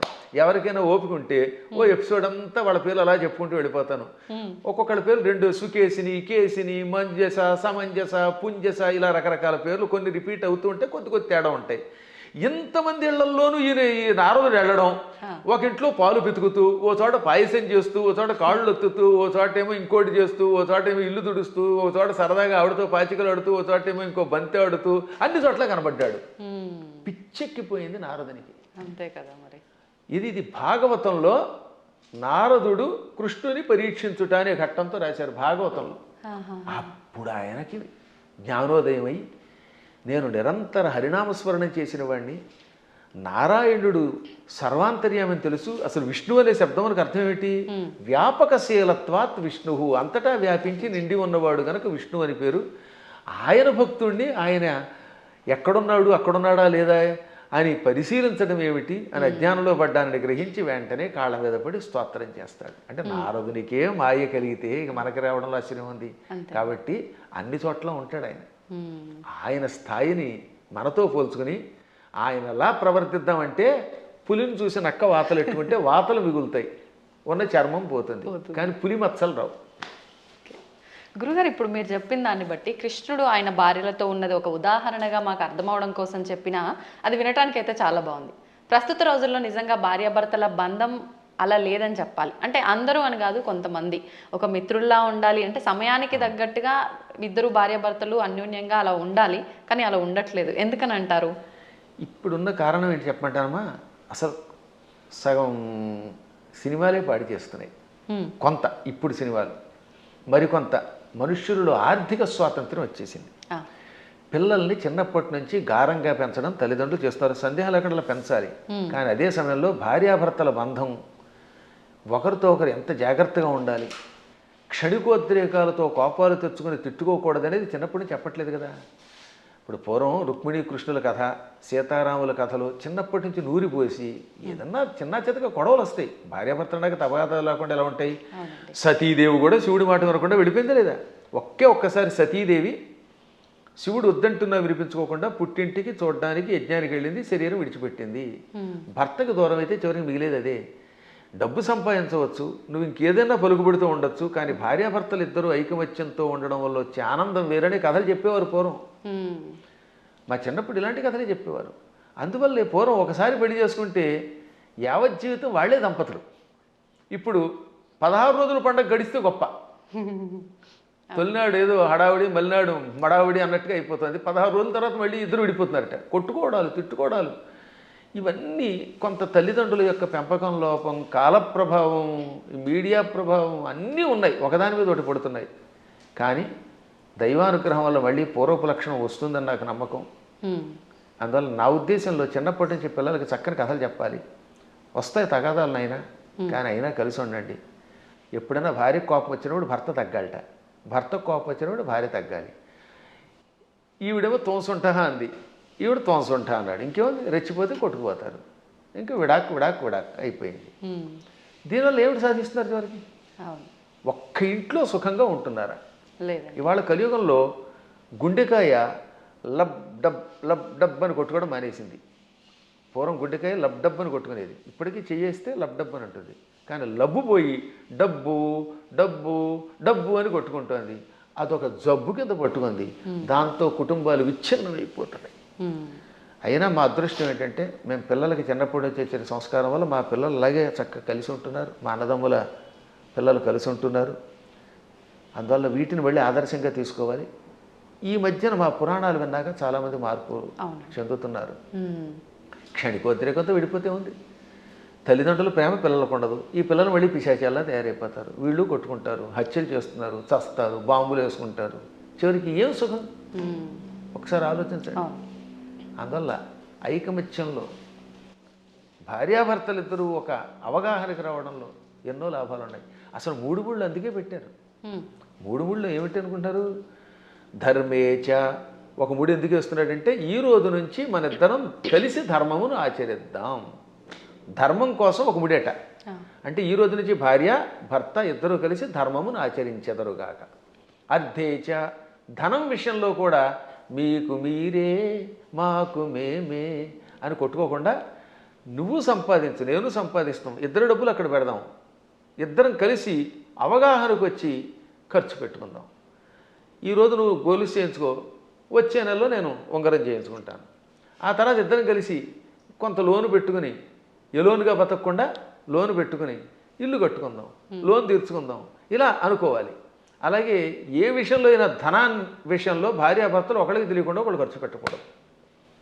అత్యావశ్యక స్థితిని ఉంటుంది అప్పుడు తప్ప. అందువల్ల అర్థము విషయంలో 2వ ముడి ఇవ్వాలి. ఇక 3వది కామేచ. కోరికలు కూడా ఇద్దరు కలిసి తీర్చుకోవాలి. ఆవిడికి దెబ్బకఠ దొంగల ముఠా సినిమా ఇష్టం, ఈయన గారికి ఏమో నాలాగే జయసింహ ఇష్టం. నేను జయసింహే చూస్తాను, కాదు నేనేమో ఇవే చూస్తాను అనకుండా ఓ రోజు జయసింహ, ఓ రోజు దెబ్బకఠ దొంగల ముఠా చూడండి. అలా ఇద్దరు కలిసి ఒకళ్ళు జానపదం ఇష్టం, ఒకళ్ళకి ఏదో గూఢచారి సినిమాలు ఇష్టం, ఒక్కొక్కళ్ళకి అవి ఇవి కాకుండా ఊడు పిల్లలు కొట్టుకునే సినిమాలు ఇష్టం. అలా ఇష్టాలు ఇద్దరు దాన్ని ఏమంటారు పంచుకోవాలి. ఇంకా 2వది భార్యామణికి రోజు మైసూరు బజ్జీ ఇష్టం, ఈ భర్త గారి కర్మ వాడికి ఎప్పుడు ఫ్రైడ్ రైస్ ఇష్టం. అప్పుడు ఇద్దరు కొట్టుకోకుండా 2 చేసుకుని 2 తెలిసగా తినమనండి, ఏం చేస్తాం? అలా కోరికలు కూడా కలిసి తీర్చుకోవాలి. అందుకని ధర్మేచ అర్థేచ కామేచ నాతి చరామి అన్నాడు. నాతి చరితవ్యం అని పురోహితులు వారు మంత్రం చెబుతారు. అతి చరితవ్యం అంటే దాటి వెళ్ళుట, చెప్పకుండా చేయుట. నా అతి చరితవ్యం అంటే దాటి వెళ్ళను. ధర్మ అర్థ కామములలో నీ మాటే వింటాను, నిన్ను దాటి వెళ్ళను అని మంత్రం పురోహితులు వారు చెప్పమనగానే, బ్రహ్మగారు చెప్పమనగానే ఈయన నాతిచరామి అంటాడు. నా అతిచరామి. అతిచరామి అంటే నిన్ను దాటి వెడతాను, నీకు చెప్పకుండా చేస్తాను. నా అతిచరామి కలిస్తే సవర్ణ దీర్ఘసంధి. నా అతి అది నైతత్పురుషం సమాసంలో, అది నాతి అవుతుంది. నాతిచరామి అంటే నిన్ను దాటి వెళ్ళను, నీకు చెప్పకుండా చేయనని ప్రతిజ్ఞ చేస్తున్నాడు మొగుడు. భర్త గారు భార్యామణికి 3 ముళ్ళు వేసి ఏమంటున్నాడు? ధర్మ అర్థకామములలో నిన్ను దాటి వెళ్ళను, నీకు చెప్పకుండా చేయనని ప్రతిజ్ఞ చేశాడు. ఆవిడ ఆనందపడిపోయి ఆహనా భర్త ఎంట అనుకుంటోంది. ఇంకా ఆ మాట మీద ఆయన నిలబడాలి, ఈవిడ నిలబడాలి. అప్పుడు ఎంత బాగుంటుందండి. పెద్దవాళ్ళు ఇంట్లో ఉండకుండా తరివేస్తే ఏమిటి లాభం? తల్లిదండ్రుల్ని పూజించడం, అత్తమామల్ని పూజించడం వల్ల పెద్దవాళ్ళు ఒక అండ. వాళ్ళు అలాగే ఉండాలి. మూర్ఖత్వంతో కోడల మీద పెత్తనం చేయకూడదు. ఈ రోజులో పెత్తనం ఎవడు ఒప్పుకుంటాడు? మీరు ₹1,00,00,000 జీతం ఇచ్చినా సరే ఒక్కరోజు ఏదన్నా అంటే వాళ్ళకి మండిపోతుంది. నేను చూశాను కదా, మన దగ్గర పనిచేసే అసిస్టెంట్లకి ఇచ్చినంతకాలమే ఆనందం. ఎప్పుడన్నా ఎరా ఈ పూట ఎందుకు అగరత్ వెలిగించలేదంటే నేను ఎందుకు వెలిగించాలని అంటాడు వాడు. ఎవరి మాట ఎవరు వింటలేదమ్మా. మేము చూస్తున్నా, నాకంటే మీకు బాగా తెలుస్తుంది. ఎందుకంటే మేము కొంచెం పురాణం రంగంలో ఉంటాం. మా దగ్గరకు వచ్చిన వాడు ఎక్కడికి పోడు. కానీ మీరు చూస్తారు ఛానల్స్ ఉన్నాయి అనుకుందాం. ఛానల్స్లో పైవాడు ఏదనంటే మర్నాడే ఉద్యోగం మానేడు ఇంకో ఛానల్. ఇది కాదు అది, అది కాదు ఇది. బోల్డ్ స్టూడియోలు, బోల్డ్ యూట్యూబ్లు, బోల్డ్ యూట్యూబ్లు ఎవడో వినవు. అలాంటి చోట కొంచెం జాగ్రత్తగా అవగాహనతో ఉండాలి. అప్పుడు కుటుంబాలు నిలబడతాయి, పిల్లలు బాగుపడతారు. మన పిల్లల కోసమైనా బాగుపడద్దా? గురుగారు, ఇప్పుడు మీరు ఇందాకే అన్నారు, నేను మళ్ళీ ఆ ప్రశ్నే అడుగుతున్నాను. అంటే పెంపకం కరెక్ట్గా లేదు అని అంటే మిగతా మతాలలో కనుక తీసుకుంటే చిన్నప్పటి నుంచే వాళ్ళ గ్రంథాలని, ఆ గ్రంథంలో ఉన్న జ్ఞానాన్ని వాళ్ళకు చదువు తర్వాత చదువుకి ముందర ఒక గంట అదే ఒక క్లాస్ లాగా పెట్టి అలాంటివి చేపించే విధానం చూస్తున్నాం. మన దగ్గరకు వచ్చేసరికి ఈ మధ్య కాలంలో ఎక్కువగా ఇలాంటి పెద్దవాళ్ళు చెప్తుంటే వింటున్నారు. అది ఎంతవరకు వింటున్నారు, ఎవరు వింటున్నారు అంటే పెద్దవాళ్ళే వింటున్నారు. గంట అరగంట చెప్పడం కదా, వాళ్ళు క్రూరత్వం నేర్పిస్తారు చిన్నప్పటి నుంచి. అది తప్ప ఇంకోటి లేదు. కొన్ని మతాలు ఉన్నాయి, వాడి మతం పొద్దు నుంచి సాయంత్రం దాకా నూరిపోయటం, తేడా వస్తే ఇతర మతస్థుల్ని చంపడానికి ప్రయత్నిస్తారు. అంత మూఢత్వంతో బోధించవలసిన అవసరం కలియుగంలో మనకు కూడా వచ్చింది. ఇప్పుడు మనం బోధించట్లేదు. పిల్లలు బొట్టు పెట్టుకోకపోతే ఒప్పుకుంటున్నాం మనం. పిల్లలు గొడ్డలిప్పు తిరుగుతామంటే తిరుగు అంటున్నాం మనం. స్వేచ్ఛ కాదనట్లేదు, ఎవరి బట్టలు వాళ్ళవే. కానీ కొంతైనా మనల్ని రక్షించుకునేలా చేసుకోవాలి. ఇప్పుడు ఎవరి స్వేచ్ఛను ఎవరు కాదంటారు? ఎవరి ఇష్టమైన బట్టలు వాళ్ళే కట్టుకుంటాం. నాకు కాషాయమే ఇష్టం, నేను ఒక రకమైన సన్యాసి జీవితం గడుపుతున్నాను, కుటీచక జీవితం అని చెప్పి నేను ఇలా చేస్తాను, మీరు అలా చేయండి కాదని అంటారు. కానీ కొంత జాగ్రత్త వహించాలి. అందుకని చిన్నప్పటి నుంచి పిల్లలు ఏం చేయాలంటే, మనం మన పిల్లల మీద ఎంత ప్రేమ ఉన్నా బొట్టు పెట్టుకోకపోతే, విభూతి పెట్టకపోతే, లేదా నీ సంప్రదాయంలో ఊర్ధ్వపుండ్రం పెట్టకపోతే ఆ పూట అన్నం పెట్టకు. కఠోరంగా ఉండాలి వాళ్ళలాగే, ఇతరులాగే. అలా అన్నం పెట్టే ముందు బొట్టు ఉంటేనే అన్నం పెట్టామనుకోండి, వాడు చిన్నప్పటి నుంచి బొట్టు పెడతారు. కానీ మనం అబ్బబ్బా సర్వమత సమానత్వం అంటే ఎక్కడ సర్వమత సమానత్వం? వాడు ప్యాంట్ లిపి కాల్చి చంపేశారు మొన్న పెహల్గాంలో. అంత క్రూరత్వంగా ఉంటున్నారు వాళ్ళు. కాబట్టి చిన్నప్పటి నుంచి మనం కూడా నేర్పవలసిందే. ప్రతిదినము భారత భాగవత కథలు, శివాజీ మహారాజు లాంటి వాళ్ళ కథలు చెప్పవలసిందే. ప్రతిదినము ఏదో ఒక స్తోత్రం ఎంతోసేపు చదవవలసిందే. అది చదివితేనే వాడు స్కూల్కి వెళ్ళాలి, అది చదివితేనే వాడికి అన్నం పెట్టాలి, అది చదివితేనే వాడికి ఏదైనా చేయాలి. అది చదవనంత వరకు వాడికి టీవీ కూడా పెట్టకూడదు. ఇలా మనం 10 ఏళ్ళు అలవాటు చేసామనుకోండి చిన్నప్పుడు, ఇంకా తర్వాత వాడు అలవాటు అయిపోతాడు. మా చిన్నప్పుడు మా నాన్నగారు పురాణములు చెబుతూ ఉంటే, ఆయన మంచి కంఠంతో చక్కగా స్పష్టంగా చెబుతూ ఉంటే విని మేము ఇంకా అక్కడ దాని మీద ఆసక్తి పొందామా లేదా? అందువల్ల తల్లిదండ్రులు పిల్లలకి అది నేర్పాలి. ఇప్పుడు ఈ మతమును, మన మతమును మన పిల్లలకి నేర్పడం అనేది ఉందే, అది ఇంకో దానికో కాదు, కనీసం బ్రతకడానికి అవసరం అయిపోయింది. నువ్వు బతకాలంటే నేర్చుకోవాల్సిందే. లేదా ఆ మతం మారు, లేదా చంపేస్తాడు. భవిష్యత్తులో ఒకటే, నీ మతమును అనుసరించి నువ్వు గట్టిగా నిలబడకపోతే వాళ్ళ మతంలోకైనా వెళ్ళాలి, లేదా వాళ్ళ చేతిలో చావాలి. రెండే మిగిలాయి.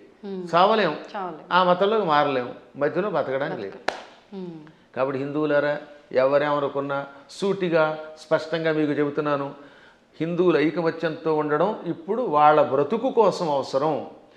మీరు మీ పిల్లలకి చిన్నప్పటి నుంచి మన ధర్మాన్ని నూరిపోయండి, మన గురువుల దగ్గరికి తీసుకెళ్ళండి, ఆలయాలకి తీసుకెళ్ళండి. శని ఆదివారాలు వచ్చాయంటే వెళ్ళి తెరవలసిందే గుడికి. మీ పిల్లలకి బొట్టు పెట్టుకోకపోతే, రామ అనకపోతే, కృష్ణ అనకపోతే, శివ అనకపోతే అన్నం పెట్టకండి. అలా నేర్పకపోతే భవిష్యత్తులో మీకు ఏ విధమైన దిక్కు ఉండదు, మిమ్మల్ని రక్షించేవాడు లేడు. బాగుపడతారా? నా మాట వినండి, లేదా పొండి కర్మపుణ్యం పాలై అని ఎంత గట్టిగానో చెబుతున్నానమ్మా. ఇటువంటివి చాలా అవసరం. ఇవాళ మీ బొట్టు వాళ్ళు ఇంకా ఈ ధర్మాన్ని ప్రోత్సహిస్తున్నారు కనుక. గురుగారు, ఇప్పుడు మీరు చెప్పారు బొట్టు పెట్టుకోమని మీ పిల్లలకు నేర్పండి అని. ఇప్పుడు మా జనరేషన్ వాళ్ళని తీసుకుంటే మీరు చెప్పేవి వింటే మాకు కొన్ని అర్థమవుతాయి, కొన్ని అంతవరకే మాత్రమే తెలుసు, మాకు ఆ జ్ఞానం మాత్రమే, దానికి ముందర వెనక ఇంకేముందనేది తెలియదు. ఇప్పుడు అన్నారు బొట్టు పెట్టుకోవాలమ్మా, అది మన ధర్మం అని చెప్పి, నేను వెళ్ళి ఇప్పుడు అదే సేమ్ నా పిల్లలకి చెప్పాను అనుకోండి, అవును బొట్టు పెట్టుకోవడం మన హిందూ ధర్మంలో ఉంది, అసలు ఎందుకు పెట్టుకోవాలి, దాని వెనకాల రీజన్ ఏంటి అడిగితే మా బోటి వల్ల అసలు మేము చెప్పలేకపోతున్నాము. ముందు ఒకటి చెప్పండి వాళ్ళకి. ఇప్పుడు ఆ పెహల్గాంలో ఎందుకు కాల్ చేశారు? వాళ్ళ మతంలో లేరని, అంతేనా? దానికి ఏమన్నా రీజన్ ఉందా? ఇప్పుడు నువ్వు బొట్టు పెట్టుకుంటూ ఇలా ఐకమత్యంతో 10 మంది కలిసి ఉండకపోతే రేపు పొద్దున్న నువ్వు మా వాడివి కాదని చంపేస్తారు. కాబట్టి ఒకటి ముందు మన ధర్మం బతకడానికి అవసరం చెప్పండి. రెండోది ఈ కనుబొమ్మల మధ్యలో బొట్టు పెట్టుకుంటే ఒకటి అందం. ఇప్పుడు మీరు ఆ కాస్త బొట్టు తీసేసి ఉంటే మీ మొహం చూడలేం, అదో రకంగా కనపడతారు, పిశాచపు మొహంలో ఉంటుంది. బొట్టు పెట్టుకుంటే సౌందర్యం. తర్వాత ఈ కనుబొమ్మల మధ్యలో జ్ఞాపక శక్తి పెంచడానికి చాలా ఉపయోగపడుతుంది. రోజు నిత్యం ఈ చూపుడు వేలుతోటి బొట్టు పెట్టుకోగా ఒత్తిడికి జ్ఞాపక శక్తి పెరుగు, చురుకుతనం పెరుగుతుంది. కొంతకాలం అబ్జర్వ్ చేయండి మీరే. ఇప్పుడంటే కెమికల్స్ వచ్చాయి, స్టిక్కర్స్ వచ్చాయి, కానీ పూర్వం కుంకుమ అంటే కుంకుమ పెట్టుకుంటే దానివల్ల ఆడవాళ్ళలో ఒక రకమైన జ్ఞాపక శక్తి, ఇంట్లో ఏ మూల ఏ వస్తువు పెట్టినామో వాళ్ళకి గుర్తున్నట్టుగా ఎవరికి ఉండదు. పోపుల డబ్బాలో ఫలానా దాంట్లో కందిపప్పు ఉంది, దాంట్లో పెసరపప్పు ఉంది, ఆవాలు ఉన్నాయని ఎలా గుర్తుపెట్టుకున్నారమ్మా వాళ్ళు అవధానులు. మేము పద్యాలు గుర్తుపెట్టుకున్నట్టుగా అది బొట్టు వల్లే వస్తుంది. జుట్టు చక్కగా కొబ్బరి నూనె రాసుకుని దువ్వుకుంటూ ఉంటే జుట్టు ఊడిపోకుండా ఉంటుంది. ఇప్పుడు కొబ్బరి నూనె ఎందుకు రాసుకోవాలంటున్నారు? అందుకని కొబ్బరి లేదు, రబ్బరి లేదు, శుభ్రంగా నున్నగా అయిపోతుంది. దానికోసం బోడి ఖర్చు పెడుతున్నారు. అవునా?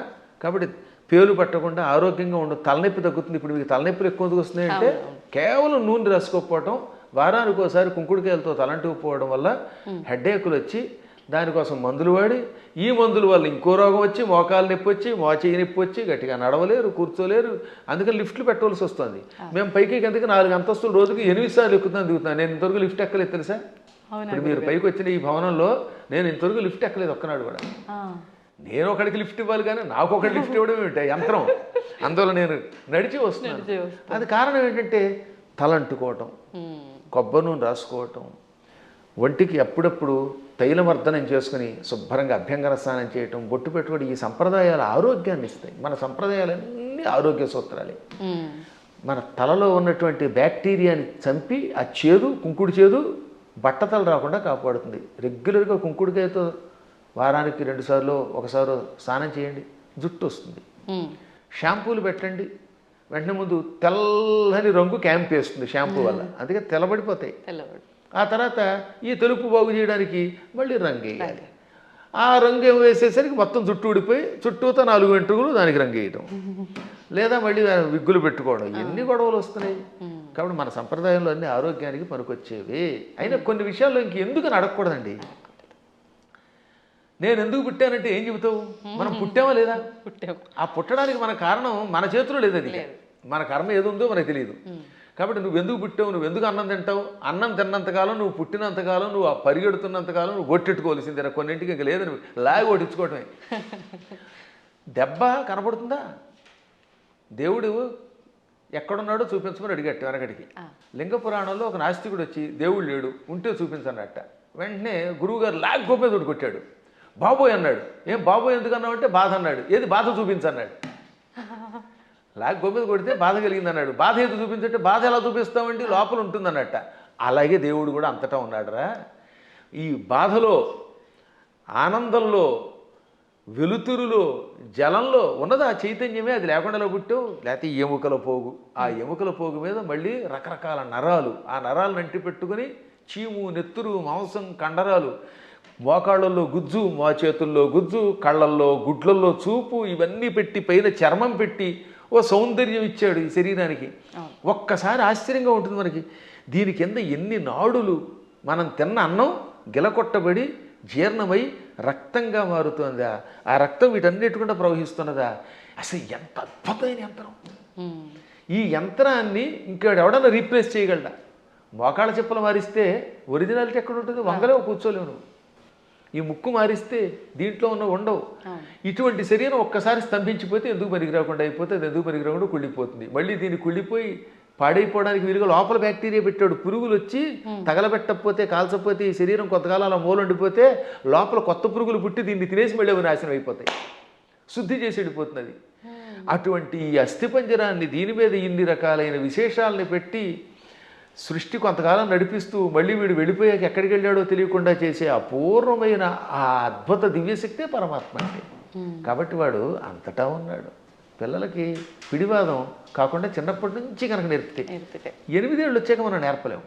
బై బర్త్ చిన్నప్పటి నుంచి బొట్టు, బొట్టు, కట్టు, వాడికి స్తోత్రాలు నేర్పాలి. ఇప్పుడు నేను ఉదాహరణ చూస్తాను. మా మనవడు ఉన్నాడు, మా మనవరాలు ఉండేది. వాళ్ళు రామ అనకుండా అన్నం తినరు. వాళ్ళ అమ్మ నాన్న అలా పెంచుతున్నారు. శివాజీ మహారాజుకి జై అంటాడు మా మనవడు వచ్చి కత్తి తీసి. ఆ శివాజీ కథలు నేర్పారు. ఆ రకంగా చిన్నప్పటి నుంచి నేర్పితే ఖచ్చితంగా ఈ మార్గంలో వస్తారు. నేర్పినారు అని దరిద్రులు కొంతమంది ఉంటారు, కొంతమంది క్రూరులు. ఆ కమ్యూనిస్టులు మనమేం బాగు చేయలేము. వాళ్ళు నికృష్టులు, వాళ్ళ పక్కన వదిలేద్దాం, అది వాళ్ళ కర్మ. కానీ ముందు మన ప్రయత్నం మనం చేయాలి. గురుగారు, ఇప్పుడు మీరు ఇందాక అన్నట్టుగా పిసినారి కానివ్వండి, ఇలాంటి మూర్ఖులు నాస్తికులు కానివ్వండి, ఇదంతా అంటే వాళ్ళ కర్మను బట్టే వచ్చారు అనుకోవచ్చా? మరి లేదు అంటే ఇప్పుడు మీరు చెప్పినట్టుగా పెంపక లోపము అలా కూడా అనుకోవచ్చా? దీనిలో చాలా పని చేస్తాయి. పెంపకంలో కొంత లోపం, వాళ్ళ పూర్వకర్మలు కొన్ని, చుట్టుపక్కల వాతావరణం కొన్ని, పరిస్థితులు కొన్ని, ఇవన్నీ కర్మల యొక్క ఫలితాలు. అందుకే కొంతవరకు మనం మన ప్రభావంతో మార్చొచ్చండి. చెప్ప కొంత మారుతారు, అంతా మారదు. కానీ అలాగే కొన్ని చూడగా ఎప్పటికో కొంతమంది మారుతారు. కొన్ని పుట్టుకతో వచ్చే దరిద్ర లక్షణాలు ఉంటే అవి చచ్చేదాకా మారవు. అందుకే వాటిని ఏమంటారు? నైసర్గికములు అంటారు. నిసర్గ అంటే బై బర్త్ వచ్చేదాన్ని. పూర్వం మీరు ఎప్పుడన్నా సోషల్ స్టడీస్ చదివితే భారతదేశానికి నైసర్గికంగా హద్దులే ఉన్నాయి అంటే ఏంటి? సహజంగా ఏర్పడినవి అని అర్థం. కాబట్టి నిసర్గ అంటే పుట్టుకతో వచ్చే సహజ లక్షణము. అటువంటి లక్షణాలకి అన్నీ పోవుగానే కొంతవరకు మార్చచ్చు. నాస్తికులు కూడా చివరిలో మారినవాళ్ళు లేరు. కొంతమంది పేరు కమ్యూనిస్టులు, మా ఆవిడ రమ్మందండి అని మళ్ళీ ఏడుకొండల దగ్గరికి వెళ్ళడం. అందువల్ల వాళ్ళ ఆవిడ రమ్మన్నా కదా, వీడికి లోపల ఎంతో కొంత భయం ఉంటుంది. దొంగ కనపడ్డావు, అది సంఘంలో ఒకసారి అందులోకి వెళ్ళాక ఆ ముద్ర ఎంచుకుని దానికోసం అలా ఏడుస్తారు. కానీ లోపల వాళ్ళకి పీకుతుందమ్మా. ఇంతెందుకు, నేను ఎరిగి నాతో క్లాస్మేట్ ఉండేవాడు, పక్కా కమ్యూనిస్ట్ అనేవాడు. ఓ రోజు గుండు కొట్టించుకొచ్చాడు.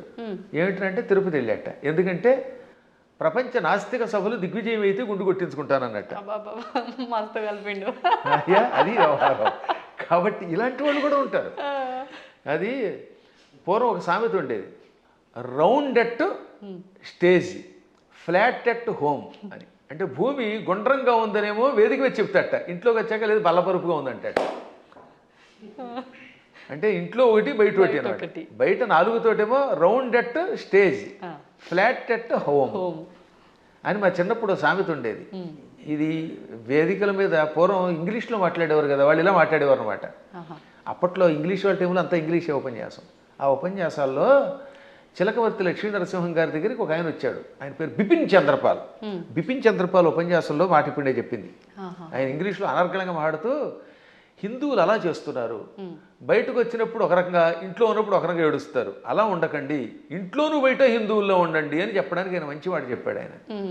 కాబట్టి మనం ఏది నమ్మేమో అది చెయ్యాలి చివరిదాకా. అజ్ఞానంతో కూడినవి చేయకుండా ఉండాలి.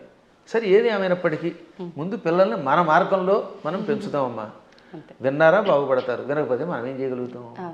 గుర్రాన్ని తీసుకెళ్ళగలం, మంచినీళ్ళు తాగించలేం కదా. అందువల్ల అలా చేయడానికి ప్రయత్నిద్దాం.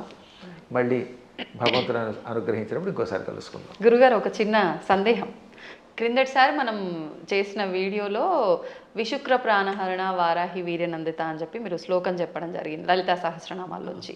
అది చాలామంది విషంగ ప్రాణహరణ అని చెప్పి కామెంట్లలో కూడా పెట్టడం జరిగింది. అసలు ఏంటండి వాస్తవం ఏంటి? ఇక్కడ 2 రకాలు. అది జ్ఞానంతో పెడితే పర్వాలేదు, ఎవడో చెప్పింది విని పెడితే అది వాడి కర్మ, మనం ఏం చేయలేం అనుకోండి. లలితా సహస్రనామానికి వ్యాఖ్యానం రాయాలంటే ముందు వాడికి స్వతసిద్ధమైన ఉపాసన ఒకటి ఉండాలి. ఏముండాలి? ఉపాసన. 2 సంస్కృత పాండిత్యం ఉండాలి. ఈ 2 లేని వాళ్ళు వ్యాఖ్యానం చేస్తే మనం పట్టించుకోక్కర్లేదు. ఆ తప్పు అన్నారనే, ఆ తప్పు అన్నవాడు వాడు తప్పుడు మనిషి. ఆ తప్పు కాదు, పాఠాంతరం అనాలి. దాన్ని ఏమనాలి? పాఠాంతరం. కొంతమంది ఇది తప్పండి అని. ఇంతకీ ఇది మీరు ఎప్పుడు నన్ను అడిగింది ఏంటంటే వారాహి దేవత గురించి అడిగారు. అందులో భాగంగా ఈ నామానికి కూడా అర్థం చెప్పాను. విశుక్ర ప్రాణహరణ వారాహి వీర్యనందిత అని లలితా సహస్రనామంలో ఒక నామం ఉన్నది. అవునా? అవునండి. 76వ నామం కదా అది. నామం సంఖ్య మనం పెద్దగా అంతగా పట్టించుకోకలేదు. 76 76. అయితే గురువు గారికి జ్ఞాపశక్తి బాగానే ఉంది. దానికి ముందు మంత్రిణ్యంబా విరచిత విషంగ వధతోషిత. దీనిలో కొంతమంది పాఠాంతరంలో ఏమన్నారు, అందుకే అన్యత్రేణ అంటాడు అక్కడ.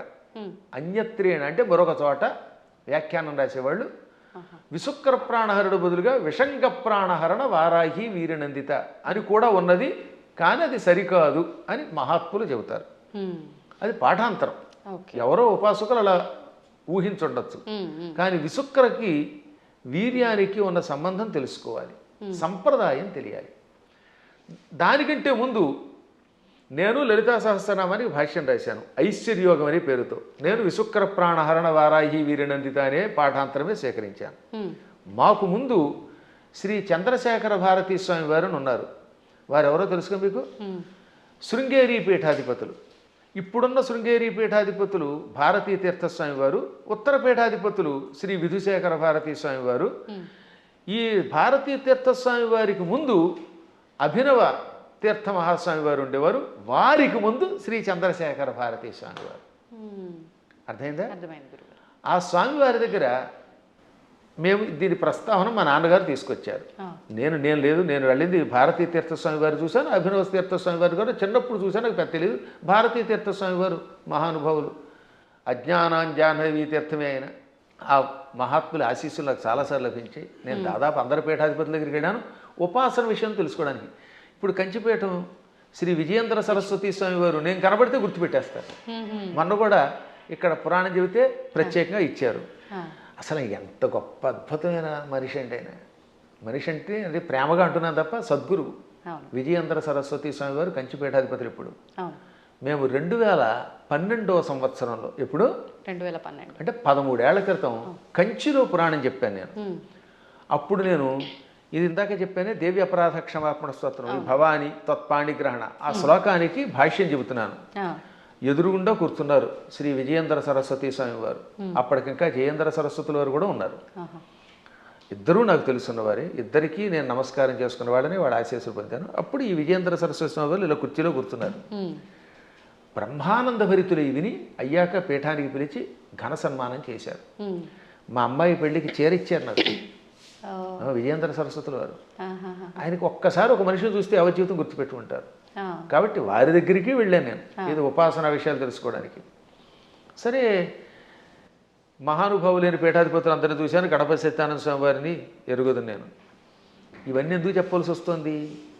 ఈ చంద్రశేఖర భారతీ స్వామి మహాస్వామి వారు జగద్గురువుల వారి దగ్గర సన్యాసం పుచ్చుకున్న ఒక ఉపాసకుడు ఉన్నాడు.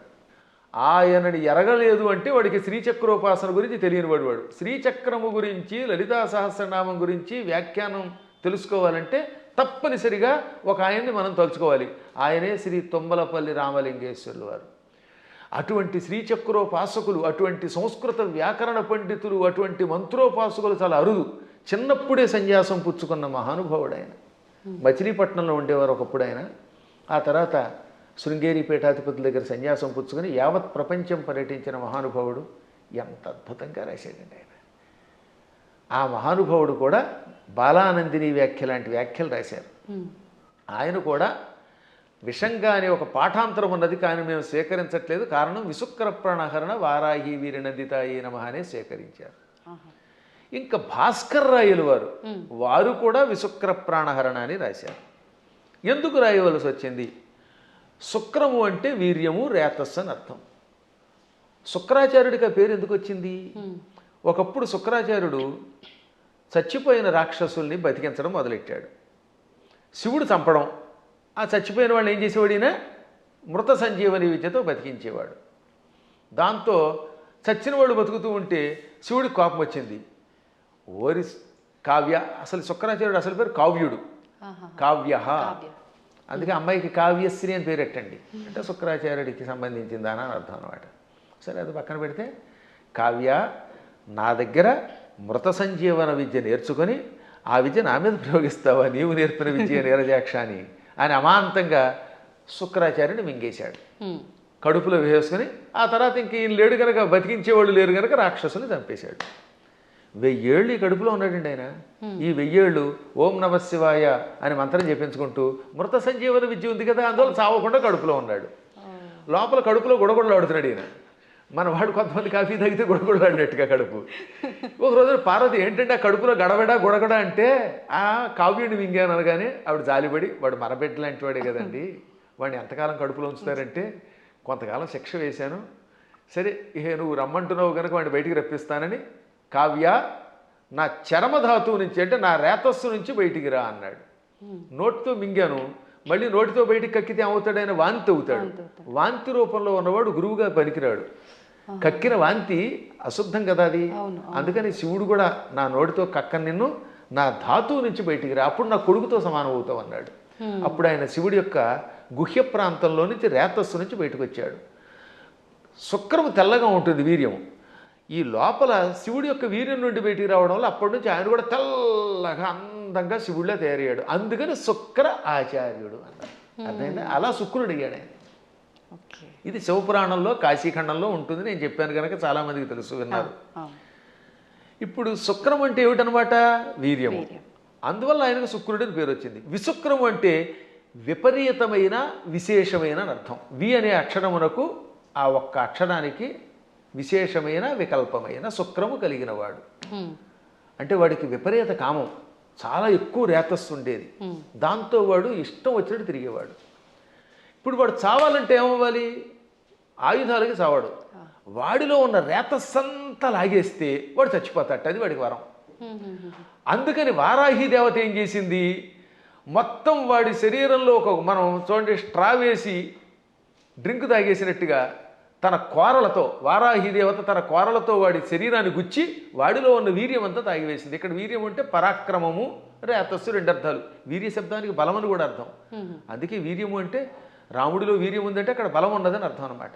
ఆ బలాన్ని, సత్వాన్ని తాగేసింది. అందువల్ల అక్కడ ఏమన్నాడు? విశుక్ర ప్రాణహరణ.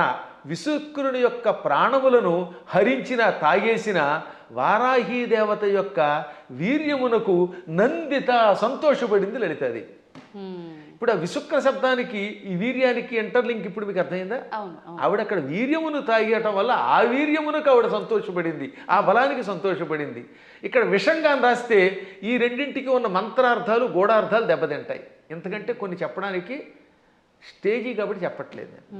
కాబట్టి విశుక్రుణ్ణి చంపాలంటే వారాహి దేవతే ఉండాలి. అతని ప్రాణం పోవాలంటే లోపల ఉన్న వీర్యమును లాగాలి. వీర్యమును స్వీకరించడం వల్ల ఆవిడ కూడా వీర్యస్వరూపిణి అయ్యింది. ఆవిడ వీర్యస్వరూపిణి అయ్యింది కాబట్టి ఆ వీరత్వానికి ఆవిడ అమ్మవారు సంతోషపడింది. అద్భుతమైనటువంటి భావనలు తెలియాలంటే అక్షరము పరబ్రహ్మముగా ఉపాసించాలి. అందుకే అక్షరమును పరబ్రహ్మం అంటారు. అక్షర పరబ్రహ్మ యోగం అన్నారు. అందుకే భగవద్గీతలో కూడా మా నాన్నగారు చిన్నప్పుడు శబ్దబ్రహ్మోపాసన చెయ్యాలి అని నాకు చెప్పారు. అంటే శబ్దం ఉరికే పైపైన ఏదో నోటికి వచ్చినట్టు వాగడం కాదు. ఏ శబ్దం వాడినా ఆ శబ్దంలో ప్రతి అక్షరమునకు ఒక అర్థం ఉంటుంది. ఆ అర్థం తెలుసుకుని ఉపాసించాలి. ఉదాహరణకి సముద్రము, సాగరము రెండింటికి తేడా ఉంది. అల్లసాని పెద్దన ఈ మనుచరిత్రలో ప్రవరుడు అనేవాడు ఏడుస్తున్నప్పుడు చింతాసాగరమన మునిగి అన్నాడు ఆయన. చింతా సముద్రం అనలేదు, సాగరం అని ఎందుకు వాడాడు? సముద్రం అన్నా సాగరం అన్నా ఒకటే కదా. కానీ రెండింటికి ఎంత తేడా ఉందో తెలియాలి. సముద్రం సామాన్యమైనది, చిన్నది. ఒకప్పుడు సముద్రం చిన్నది. సగరుడని ఒక ఆయన ఉన్నాడు. ఆయనకు 60,000 మంది కొడుకులు. ఈ 60,000 మంది భూమిని తెగతవ్వారు, గొయ్యించేసేశారు. ఆ గొయ్యిలోకి సగరుడి యొక్క మునిమనుముడు భగీరథుడు గంగను తెచ్చాడు. ఆ గంగ అందులో పడింది. దాంతో చిన్నగా ఉన్న సముద్రం ఈ సగరు పుత్రుల వల్ల తవ్వబడి ఆ సగరుని యొక్క మునిమనువుడు తెచ్చిన గంగతో పెద్దదయ్యి విశాలమైపోయింది. ఇవాళ చూస్తున్నంత పెద్దదయ్యింది. చిన్నదిగా ఉన్నప్పుడు సముద్రం, విశాలమైపోతే ఏమవుతుందన్నమాట? డెవలప్ చేయబడితే సాగరం. అందుకని అక్కడ అప్రాప్రియేట్ వర్డ్ ఏంటనమాట? దుఃఖం అలా పుట్టి సముద్రం ఎలా అయితే సాగరం అయ్యిందో అలా వ్యాప్తి చెందింది కనుక చింతాసాగరం అన్నాడు ఆయన. ఊరికే తోచిన పదం వాడేయకూడదు అక్కడ. మేము కావ్యాల్లో వాడేటప్పుడు అంత జాగ్రత్తగా వాడతాం. ఇవన్నీ తెలియాలంటే వాడికి ముందు శబ్ద బ్రహ్మ మీద పట్టుండాలి, వ్యాకరణం తెలియాలి, ఏ శబ్దానికి వ్యుత్పత్తి ఏమిటో తెలియాలి, పురాణములలో విశేషాలు తెలియాలి, ఉపాసనలో రహస్యం తెలియాలి, మంత్రశాస్త్రం మీద పట్టుండాలి, శ్రీచక్రంలో నవావరణములో ఏ ఆవరణంలో వారాహి దేవత ఉంటుందో తెలియాలి, వారాహి దేవతకి ఎన్ని కోరలు ఉన్నాయో తెలియాలి. తెలుసా? మళ్ళీ వారాహి దేవతకి ఎడమ వైపున 5 కోరలు, కుడివైపు 4 కోరలు, కుడివైపునేమో 5 కోరలు, ఎడమవైపు 4 కోరలు ఉంటాయి. 9 కోరలు ఉంటాయి లోపల. అది కూడా తెలియదు కొంతమందికి. అన్ని మామూలుగా దంతాలు వేస్తారు. ఈ వైపు 5, అందులో ఒకటి ఇలా వంగి ఉండాలి, ఒకటి పైకి రంపంలో ఉండాలి, ఈ వైపు 4 ఉండాలి. ఈ కోరలతో ఉన్న వారాహి దేవతను ఉపాసిస్తేనే సక్రమంగా పనిచేస్తుంది. ఆ 9 కోరలే శ్రీచక్రంలో నవావరణ పూజ. అవే నవరంధ్రాలని మనకి శుద్ధి చేసి పెడతాయి. అక్కడ ఈ వారాహి దేవతకి ఒక్కొక్క దానికి ఒక్కొక్క బీజం ఉంది 9 కూరలకి అనమాట. అందుకే వారాహి వీర్య నందిత ఎయి అనంటే ఒకసారి ఎన్ని అక్షరాలు ఉన్నాయి? వారాహి వీర్య నందిత యై 9. అదనమాట. ఇప్పుడు అర్థమైందా? ఆ 9 కూరలు. వారాహి వీర్య 5, నందితాయి ఇక్కడ. ఇక కంఠస్థానంలో నమః అనే అక్షరం బీజం ఇక్కడ చేరుతుంది వారాహి దేవతకి. ఓంకారం ఊర్ధంలో ఉంటుంది. అందుకని ఓం వారాహి వీర్యనందితాయే నమః. మళ్ళీ వీటితో పాటు ముక్కులు, చెవులు, రంధ్రాల్లో ఓం ఐం హ్రీం శ్రీం అనే బీజములు, విశుక్ర ప్రాణహరణ వారాహి వీర్యనందితాయి అంటే ఆకారం వేసేటప్పుడు ఏ బీజం ఎక్కడ వేయాలో వేసి, ఏ కూరలు ఎక్కడ వేయాలో, ఎక్కడ ఏ బీజం ఉందో తెలుసుకుని ఉపాసన చేయాలి. ఇంత ఉపాసన తెలియకుండా తొందరపడిపోయి పాఠాంతరం అనే శబ్దాన్ని తప్పుగా ఉచ్చరించారు అన్నారంటే అది ఎంత ప్రమాదం. అందుకే స్టేట్మెంట్ ఇవ్వడానికి ముందు నీ అర్హత తెలుసుకో. వాస్తవం. లేదా ఫలానా చోటండి పరమాచార్యులు వారు ఇక్కడ పాఠాంతరం ఉందని చెప్పారండి, లేకపోతే ఇంకొక ఆయన ఎవరో ఇలా పాఠాంతరం ఉందని చెప్పారండి, తుమ్మలపల్లి వారు కూడా పాఠాంతరం ఉందనే చెప్పారు, లేదా ఇంకో పెద్ద ఆయన చెప్పారండి అని చెప్పాలి. పాఠాంతరం అనాలి, అక్కడ తప్పనకూడదు. అలాగే ఇప్పుడు ఇక్కడ మనకి దక్షిణాదిలో మంత్రానికి ఒక స్వరం ఉంటుంది, ఒక్కొక్క దానికి ఒక్కొక్కటి ఉంటుంది అనమాట. రాజాధిరాజాయ ప్రసహ్య సాహినే నమో వయం వై శ్రవణాయ కుర్మహే సమే కామాన్ కామకామాయ మహ్యం కామేశ్వరో వై శ్రవణో దధాతు అని చెప్పాలి. ఈ మంత్రం మంది. ఇది ఉత్తర భారత్లో రాజాధిరాజాయ ప్రసహ్య సాహినే నమో వయం వై శ్రవణాయ అని ఒక గొలుసు కట్టు స్వరం ఉంటుంది. కాబట్టి వాళ్ళు వేద పండితులే, వాళ్ళకి ఆ స్వరంతో నేర్పారు. ఇక్కడ మనకి దక్షిణ భారత్లో ఇది నేర్పారు. కాబట్టి ఇప్పుడు మనం ఇది విని అది తప్పు అంటామా, వాళ్ళు అది విని మనది తప్పు అనాలా? వాళ్ళ గురు పరంపరలో ఆ స్వరంతో ఉడుతుంది. స్వరాలు చాలా ఉన్నాయి. ఇలా స్వరాలు తప్పు అని చెప్పడం వల్లే ఒకప్పుడు పరాశరుడు అంతటి వాడు మళ్ళీ తపస్సు చేయవలసి వచ్చింది. ఆంజనేయుడి యొక్క కథలు ఉంటాయి పరాశర సంహితలో. అందులో ధ్వజదత్తుడు అనేవాడు స్వరాన్ని పక్కవాడిని నీతి తప్పు అని ఆక్షేపిస్తే, స్వరం తప్పు కాదనా వాళ్ళ సంప్రదాయంలో ఆ శాఖలో ఆ రకమైన స్వరం ఉంటుంది, నువ్వు ఆక్షేపించావు కనుక వచ్చే జన్మలో దరిద్రుడివై పుట్టు అని గురువుగారు చెప్పిస్తే దరిద్రుడై పుట్టాడు వాడు. ఎంత తేడా ఉందో ఆలోచించండి. అందుకని నేను ఎప్పుడు తప్పని అన్నాను, పాఠాంతరంలో అలా ఉంది. సరే పూర్తిగా తప్పు చెబితే అది వేరే విషయం. శాస్త్రం అనలేరు కొంతమంది, శాస్త్రం ఏం చెబుతోందంటే అంటాడు. అంటే శాకి సాకి తేడా తెలియదు వాడికి. సా అనేది దంత్యం, శా అనేది తాళవ్యం. శాస్త్రం అనకుండా శాస్త్రం అంటే ఏమో ఉంటుంది. ఇప్పుడు మన వాళ్ళకి తెలుగు చెప్పక్కర్లే. పెళ్ళి అనమంటే పెళ్ళి, పెళ్ళి. వెళ్ళి అనమంటే వెళ్ళి. వెళ్ళి అంటే ప్రవాహం అని అర్థం అమ్మా. వెళ్ళి రండి అంటే అక్కడ ఇక్కడ నుంచి ఇంకో చోటకి ప్రయాణం అవ్వండి అని. అదే వెళ్ళి అంటే ప్రవాహం. పాల వెళ్ళి అంటే పాల యొక్క ప్రవాహం, క్షీర సముద్రం అని అర్థం. పాల వెళ్ళి అంటే ఏమిటనుకుంటున్నారు అర్థం? క్షీర సముద్రం అని అర్థం, క్షీరసాగరం. కాబట్టి వెళ్ళి రండి అంటే పొంగెత్తి నీళ్లతో ముంచండి అని అర్థం. మమ్మల్ని ముంచండి అని మీరే చెప్తారు, నా కొంప ముంచండి అని. కాబట్టి వెళ్ళి పెళ్ళి అంటే ఎంత అసహ్యంగా ఉంటుంది. వెళ్ళి అనలేక ఉచ్చారణ రాదు, ఏ శబ్దం ఎలా పలకాలో తెలియదు, మంత్రశాస్త్ర నియమాలు తెలియవు. ఎవడు పడితే వాడు స్టేట్మెంట్ ఇస్తేలాగా. ఎంత గట్టిగా ఎందుకు చెబుతానంటే, ఇంక మీదటైనా పిచ్చి పిచ్చిగా ఇలాంటి వాటిల్లో వింటున్నప్పుడు పిచ్చి కామెంట్లు పెట్టకండి, దానివల్ల నాశనం అవుతారు. తెలిస్తే తెలిసినట్టు పెట్టండి. లేదా మాకు అనుమానం ఉందండి, ఎవరి దగ్గర నా తప్పు అంటారేమిటి, ప్రతివాడు తప్పు అనడానికి. అందువల్ల లలితా సహస్రనామంలో అనేక భాష్యములు ఉన్నాయి. మేము కూడా ఐశ్వర్యయోగం అనే అద్భుతమైనటువంటి ఒక భాష్యం గణపతి సచ్చిదానంద స్వామి వారి యొక్క ఆశీస్సులతో రాసిపెట్టాం. దాన్ని భారతీ తీర్థ మహాస్వామి వారు కూడా సంతోషించి అంగీకరించి పీఠికిచ్చారు. హేమాహేమీరైన జగద్గురువుల యొక్క అనుమతితో రాసినటువంటి గ్రంథాలు.